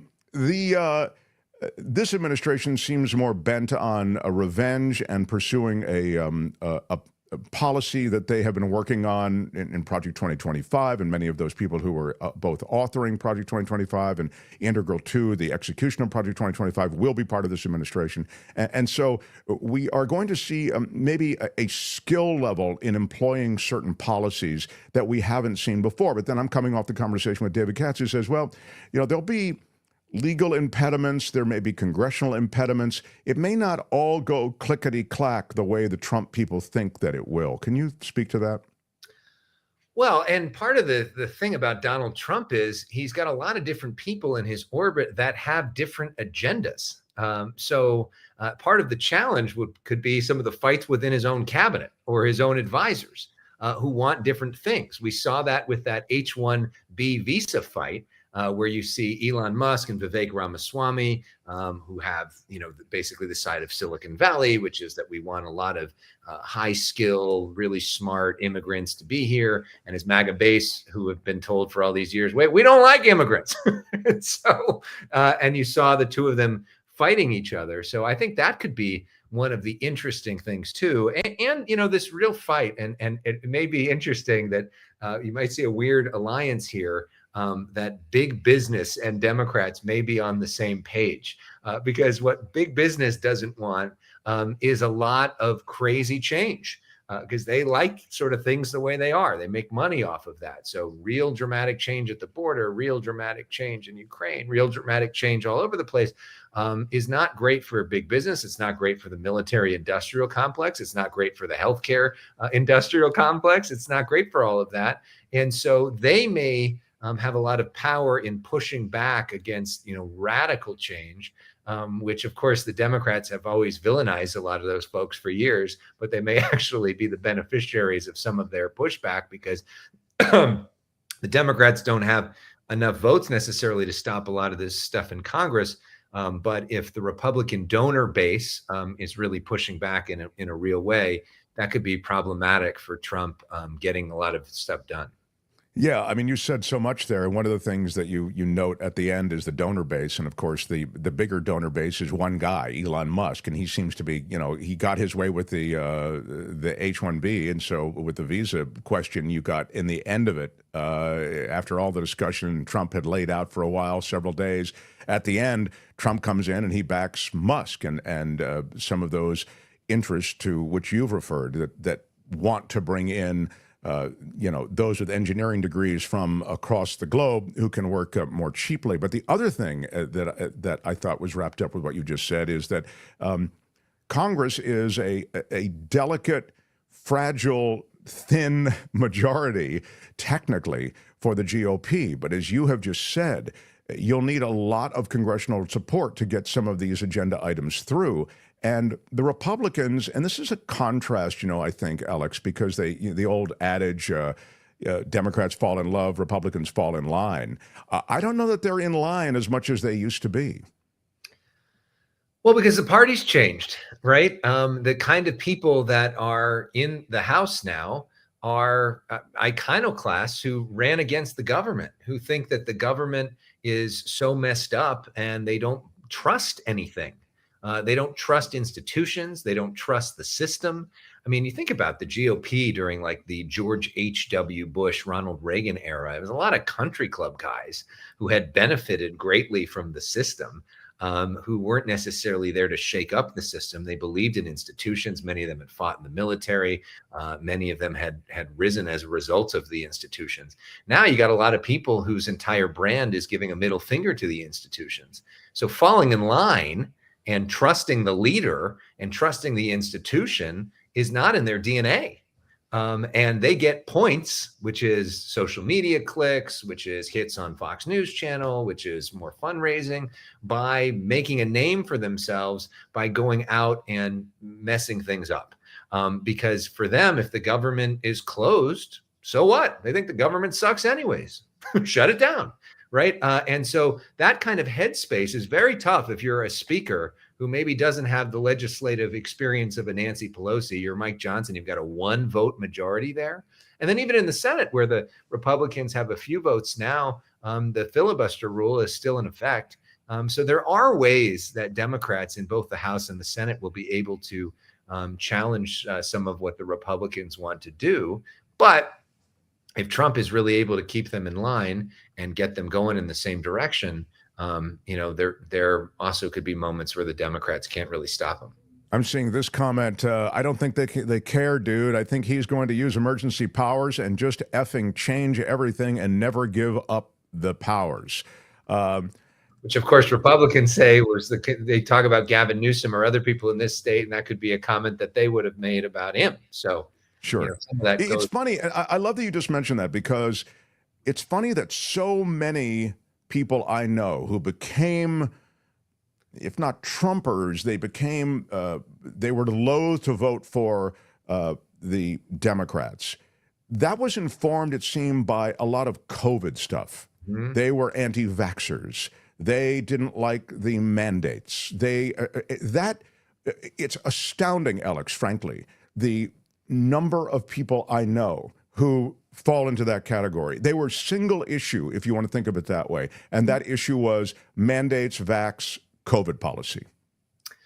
And some of that makes sense, right? I mean, if you're a traditional liberal, a sort of libertarian liberal who believes that, I should have my own freedom of choice, I should be able to have freedom of choice in terms of abortion rights. I should be able to have freedom of choice in terms of what I'm putting into my body. I should have freedom of choice on a lot of different things. What happened in COVID could be seen as like really harsh. Now, I know others will say we needed that sort of things and it saved lives and all the rest of it. But it makes sense as a through line of a group of people that feel like there's been government overreach. And if you look at, for somebody, say, in my generation, what we have witnessed in terms of government performance during our lifetime, since when we were in high school, we had the 9/11 attacks, which was clearly a government failure to find that. Then we had the lies about Iraq. We had a war that didn't go well. When we were getting ready to graduate college, we had a financial collapse, which meant that a lot of people couldn't get jobs, much less ever try to buy a home. And then, then COVID and all this shut down and people lost jobs and lost work, and a lot of stuff that was said about masks and 6 feet and all the rest of it turned out maybe not to be totally true. And then we had Trump and all the problems with that. I mean, there have not been a lot of examples of government successes. And I think that informs the way a lot of people view things, including just trust of institutions. Look at the Catholic Church scandal and other things that have happened that have rocked people's ability to trust and the media. The way that we've now communicated is so different. And that's really changed people's trust of the media, whatever the media is. I think it's really dangerous for our society. Some skepticism and checks and balances and accountability is healthy, but a complete free-for-all where everybody's against everything and nobody trusts anybody, I think is really problematic for our ability to self-govern. Well, that was just a great run on how you can legitimately question institutions, but how you have to have some respect for the potential of those institutions. And I think there is a little bit of trashing the whole thing that goes on, more than a little bit. I mean, the fake news thing that Trump and his minions pursued, that was successful. And they trashed the media and then sort of put this stink on the mainstream media over and over and over again. No one wants to be associated with the mainstream media, as though everything the mainstream media says is some lie or some agenda-driven fact.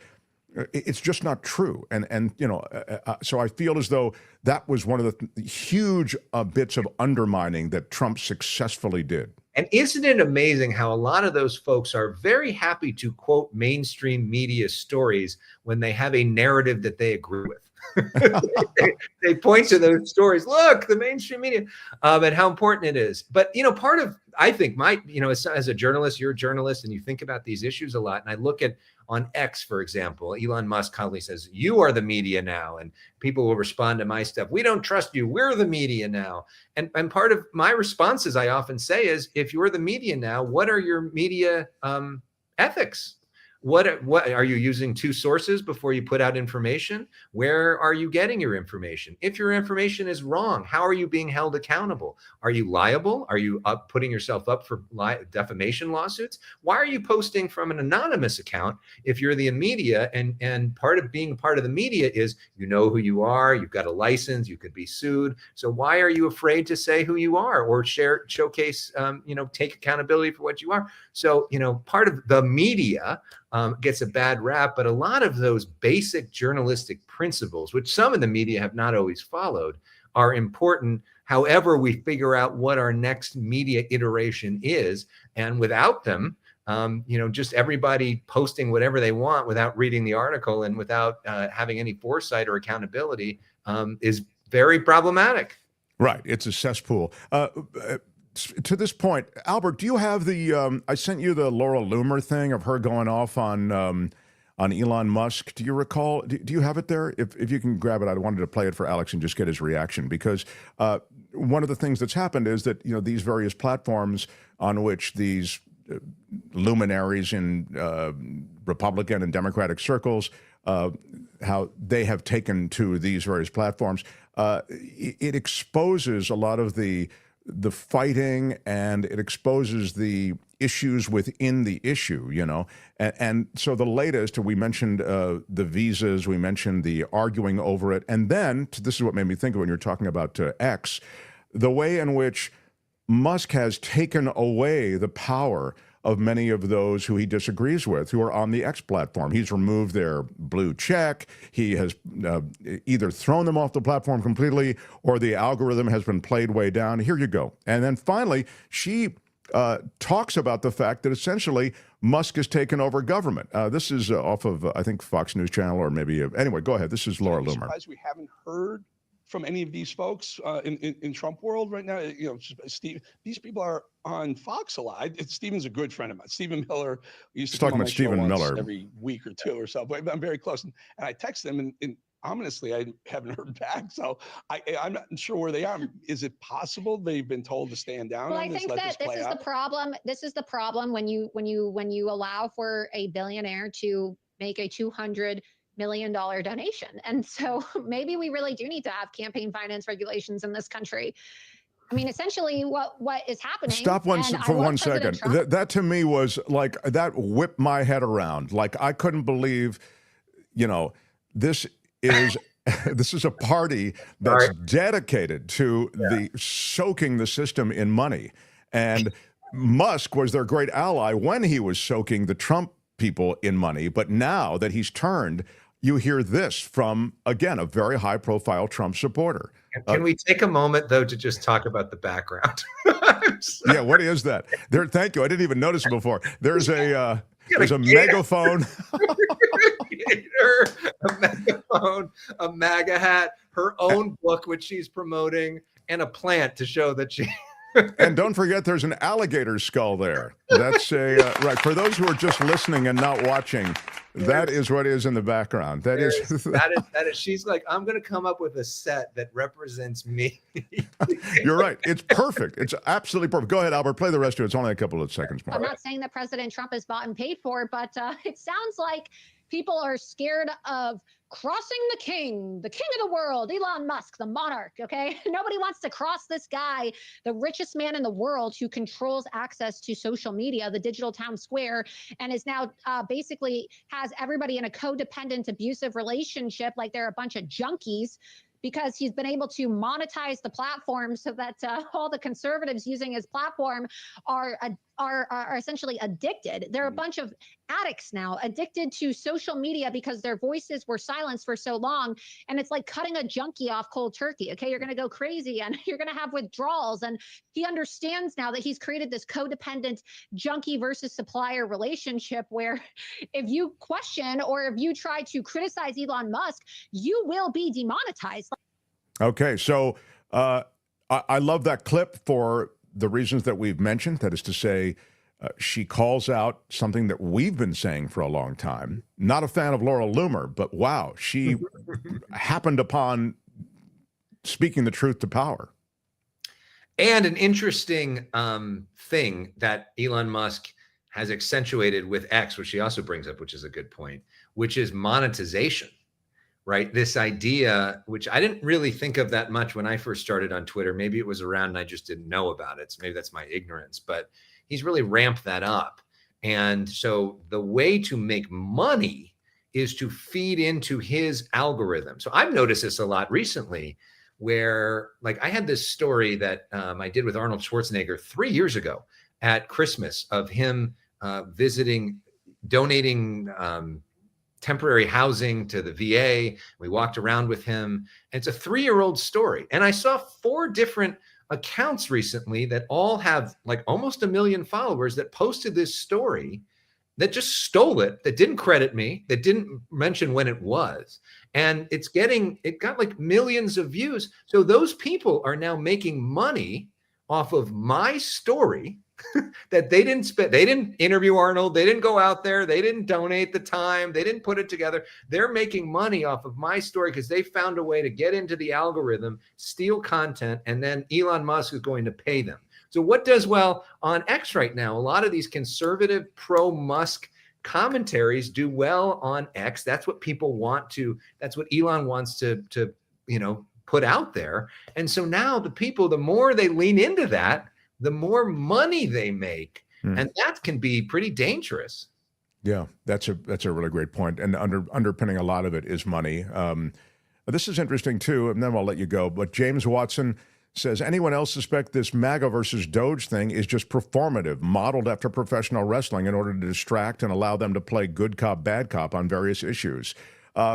Maybe. The reason I don't buy into that is because there's a stink around it that is bad for their brand. And so that kind of disagreement and stink, it's not good. And so I can't believe that it's performative. Alex? And also, like, they come from totally different worlds, right? If you're Elon Musk and you have $400 billion and what you spend your time thinking about is rockets and electric cars and traveling, to outer space and all the rest of it, how much do you have in common with a populist in the middle of the country who barely has any money, is dependent on Social Security, and likes to shoot their guns all the time? Like, is that like you're not in the same universe? And so, good on Trump for building a coalition that's a big tent with a lot of different people on it. But this is part of the Democrats' problem too, when they're very successful, is when you have all these people that have very different life experiences and different backgrounds and different worldviews, they want and expect different things. So if you are running Tesla or SpaceX, the idea of H-1B visas and having really smart immigrants working at your company is just common sense. But if you're one of those people who voted for Trump because you're worried about the price of eggs and gas prices and all the rest of it, you're not thinking about H-1B visas. That's not part of what the calculus is. So I think some of it, maybe some of it's performative, but I think some of it is a genuine disagreement in a very different worldview. I will make this, first it's noted here, Trump's going to hold his first D.C. rally since January 6th. It'll be at the Capital One Arena. It's scheduled for the day before the inauguration. But now let me get to the inauguration that was just announced.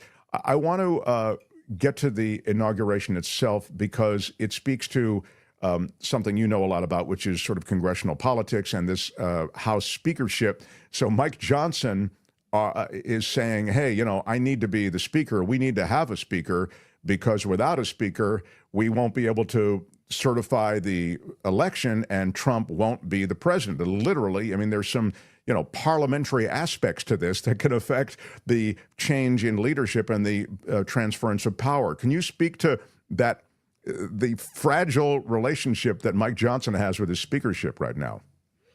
Very fragile. And tomorrow's the big test, because there is no Congress without a speaker. Mike Johnson, if everybody in the Republican caucus votes, needs to get 218 votes to become the speaker. One person has already said he's not going to vote for him. So that means he can't lose anybody else. And if he doesn't, there could be round after round after round of votes. And unless there's somebody else that emerges as the speaker.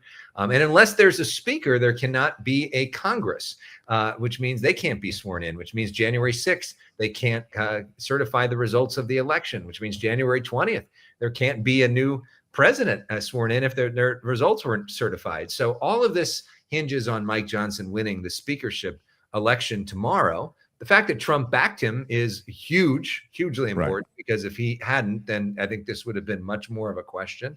Will Republicans get in line and all do it? You would think. But as we saw with Matt Gaetz, not all these people always follow the party line, and some of them get off not following the party line. And the numbers say you only need one or two of them to do it. Yeah, and the individual brand building that has become so much a part of politics, that stands in the way of these coalitions that all then vote for the House Speaker. There's a certain brand building associated with being the rebel, and going against. And so it's a really interesting moment in time as we approach that tomorrow. And if you go back to that monetization thing, this all kind of has the same theme.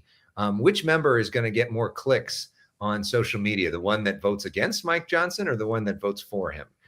There's almost no incentive for voting for him if your objective is to make a bigger name for yourself. If your objective is to govern responsibly, represent your constituents, and get something done for them, then there is.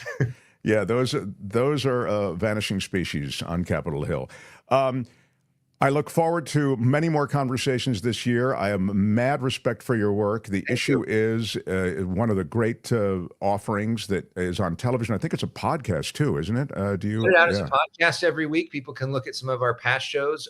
Just search for The Issue is the name of the podcast. You can go to my YouTube page, youtube.com/Elex Michaelson. That's Elex with an E, where they can check out the work. We just did a big best of show for the whole last year, so you can kind of get caught up on what we did.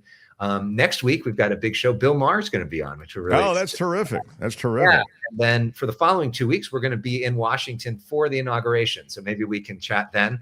But I love it. That would really be a treat. That would be a treat. Let's plan on that. There it is. We've got up your YouTube page and much of the work you do. So we'll look forward to a conversation from Washington if your schedule permits. And of course, many of our Southern California viewers, you can find Elex anchoring Fox 11, 5, 6, and 10 o'clock.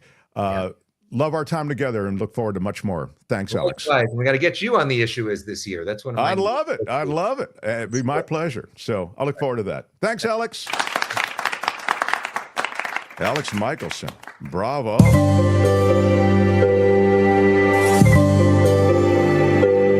The Mark Thompson Show. Done a lot. We started, thank you. A shout out to our Patreon and PayPal supporters.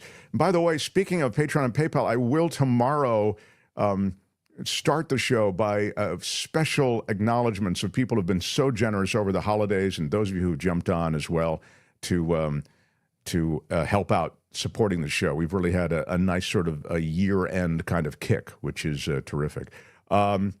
Thank Elex. But it's not Alex, it's Elex, E-L. Mm-hmm. Yeah. But if you're writing E-L, it's probably correcting you to A-L to be fair to Tammy. So I understand. But it was really great to talk to him, and we'll talk to him more in it. Now, I'm having an issue with this camera. All day it's been bouncing back and forth. It's brutal. Yeah. So what I need to do, and let me just do this here at the end of the show, I have to, I'll address it in a more durable way, in a more complete way, in a more permanent way tomorrow. But right now I have to, every time it does it, I have to go in and, Oh, and then he went away completely. Well, while he's away and reconnecting, oh, there you are. I was going to thank Eugenio de Arnal. Yes, Eugenio. For $10. Muchísimas gracias. Yeah, $10 super sticker. Come on. I give that a big shout out. Big shout out. And been skipping Mondays as I have been basking in Hail Jaden commentary from DC Radio. Oh. So this is from Peter Newton. Penance of $5 for the number 5 of the Commanders. How about that? A Commanders reference. That is, Commish, can you speak to the Commanders and their chances, please?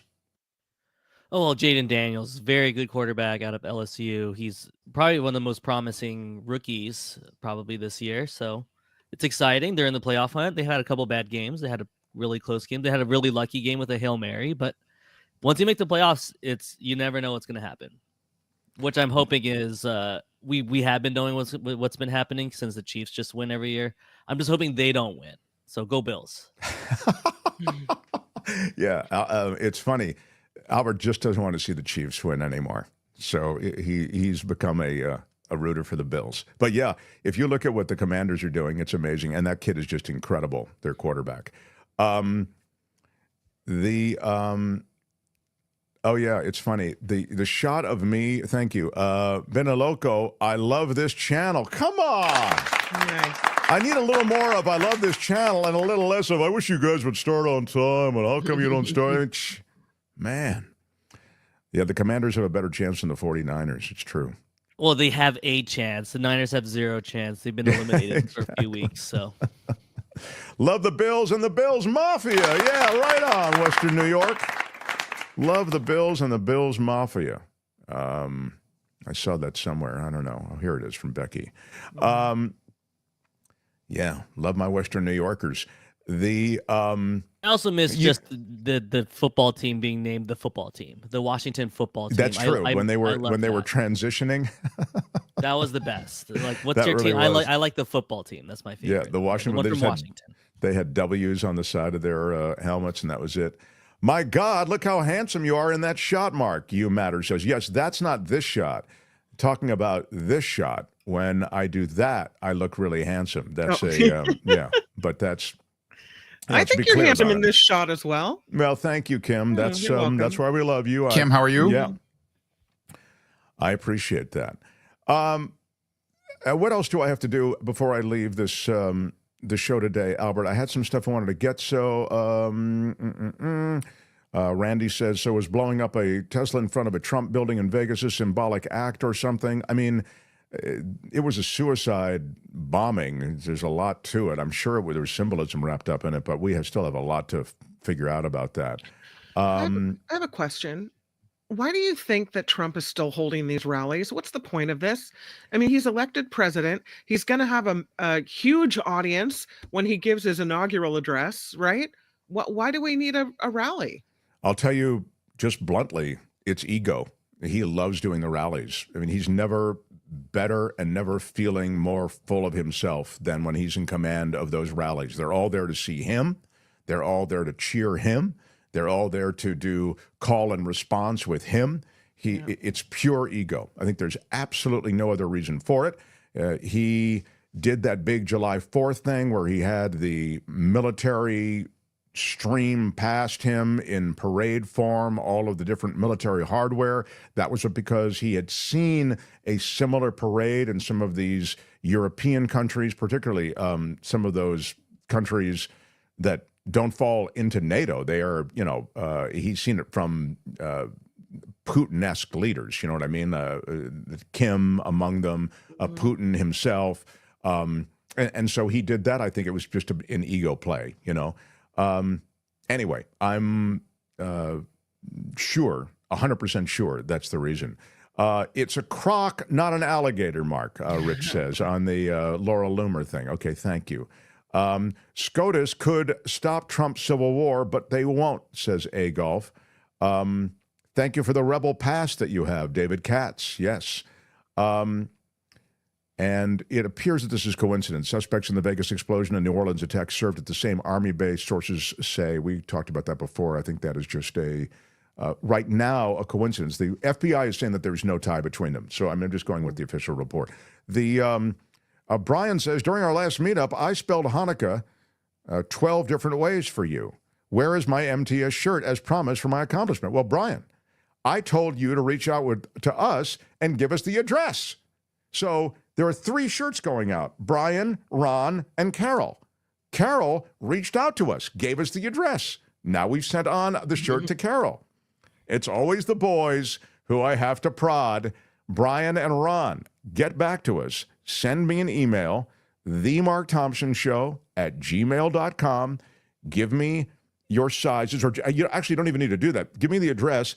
I'll put our people in touch with your people, and we'll just get exactly what size you want, what color you want, and all the rest, and we'll get you that shirt for the new year. So don't worry, but I need you to reach out to us that way, Brian and Ron. And by the way, anybody else can reach us on email as well. themarkthompsonshow@gmail.com is our address. So, The Mark Thompson Show. Albert, I'd love to hang out. Kim, I'd love to hang out with you. I still have a chance to hang out with Kim because she does the after party next. Right. And so I'm excited about an opportunity to after party it a What? little bit. We'll do it live. I'll write it and we'll do it live. It is the after party live. That's why we play that drop. It's not fake. That's real. No, it is real. Subscribe. Yeah. Super live. So, and it's perfect for Mo Direct, who doesn't like all the heavy stuff. So if you don't like the politics and you like sort of the lighter side of life or the quirky side, that is my darling Kim with the After Party Live. I want to thank everybody who has supported our effort here. We are 2 years in, and I so appreciate this community, and I'm looking forward to a great year ahead. Thank you, Albert. Thank you, Kim, and thank you, everybody. And now, Shadow, if you would, please. I'm Shadow Stevens for The Mark Thompson Show. Bye-bye. We got to talk to Shadow this year, too, I would think. Out of time. Bye-bye. I know that can be a little bit grim, but we're going to have a great year together. Until tomorrow, bye-bye.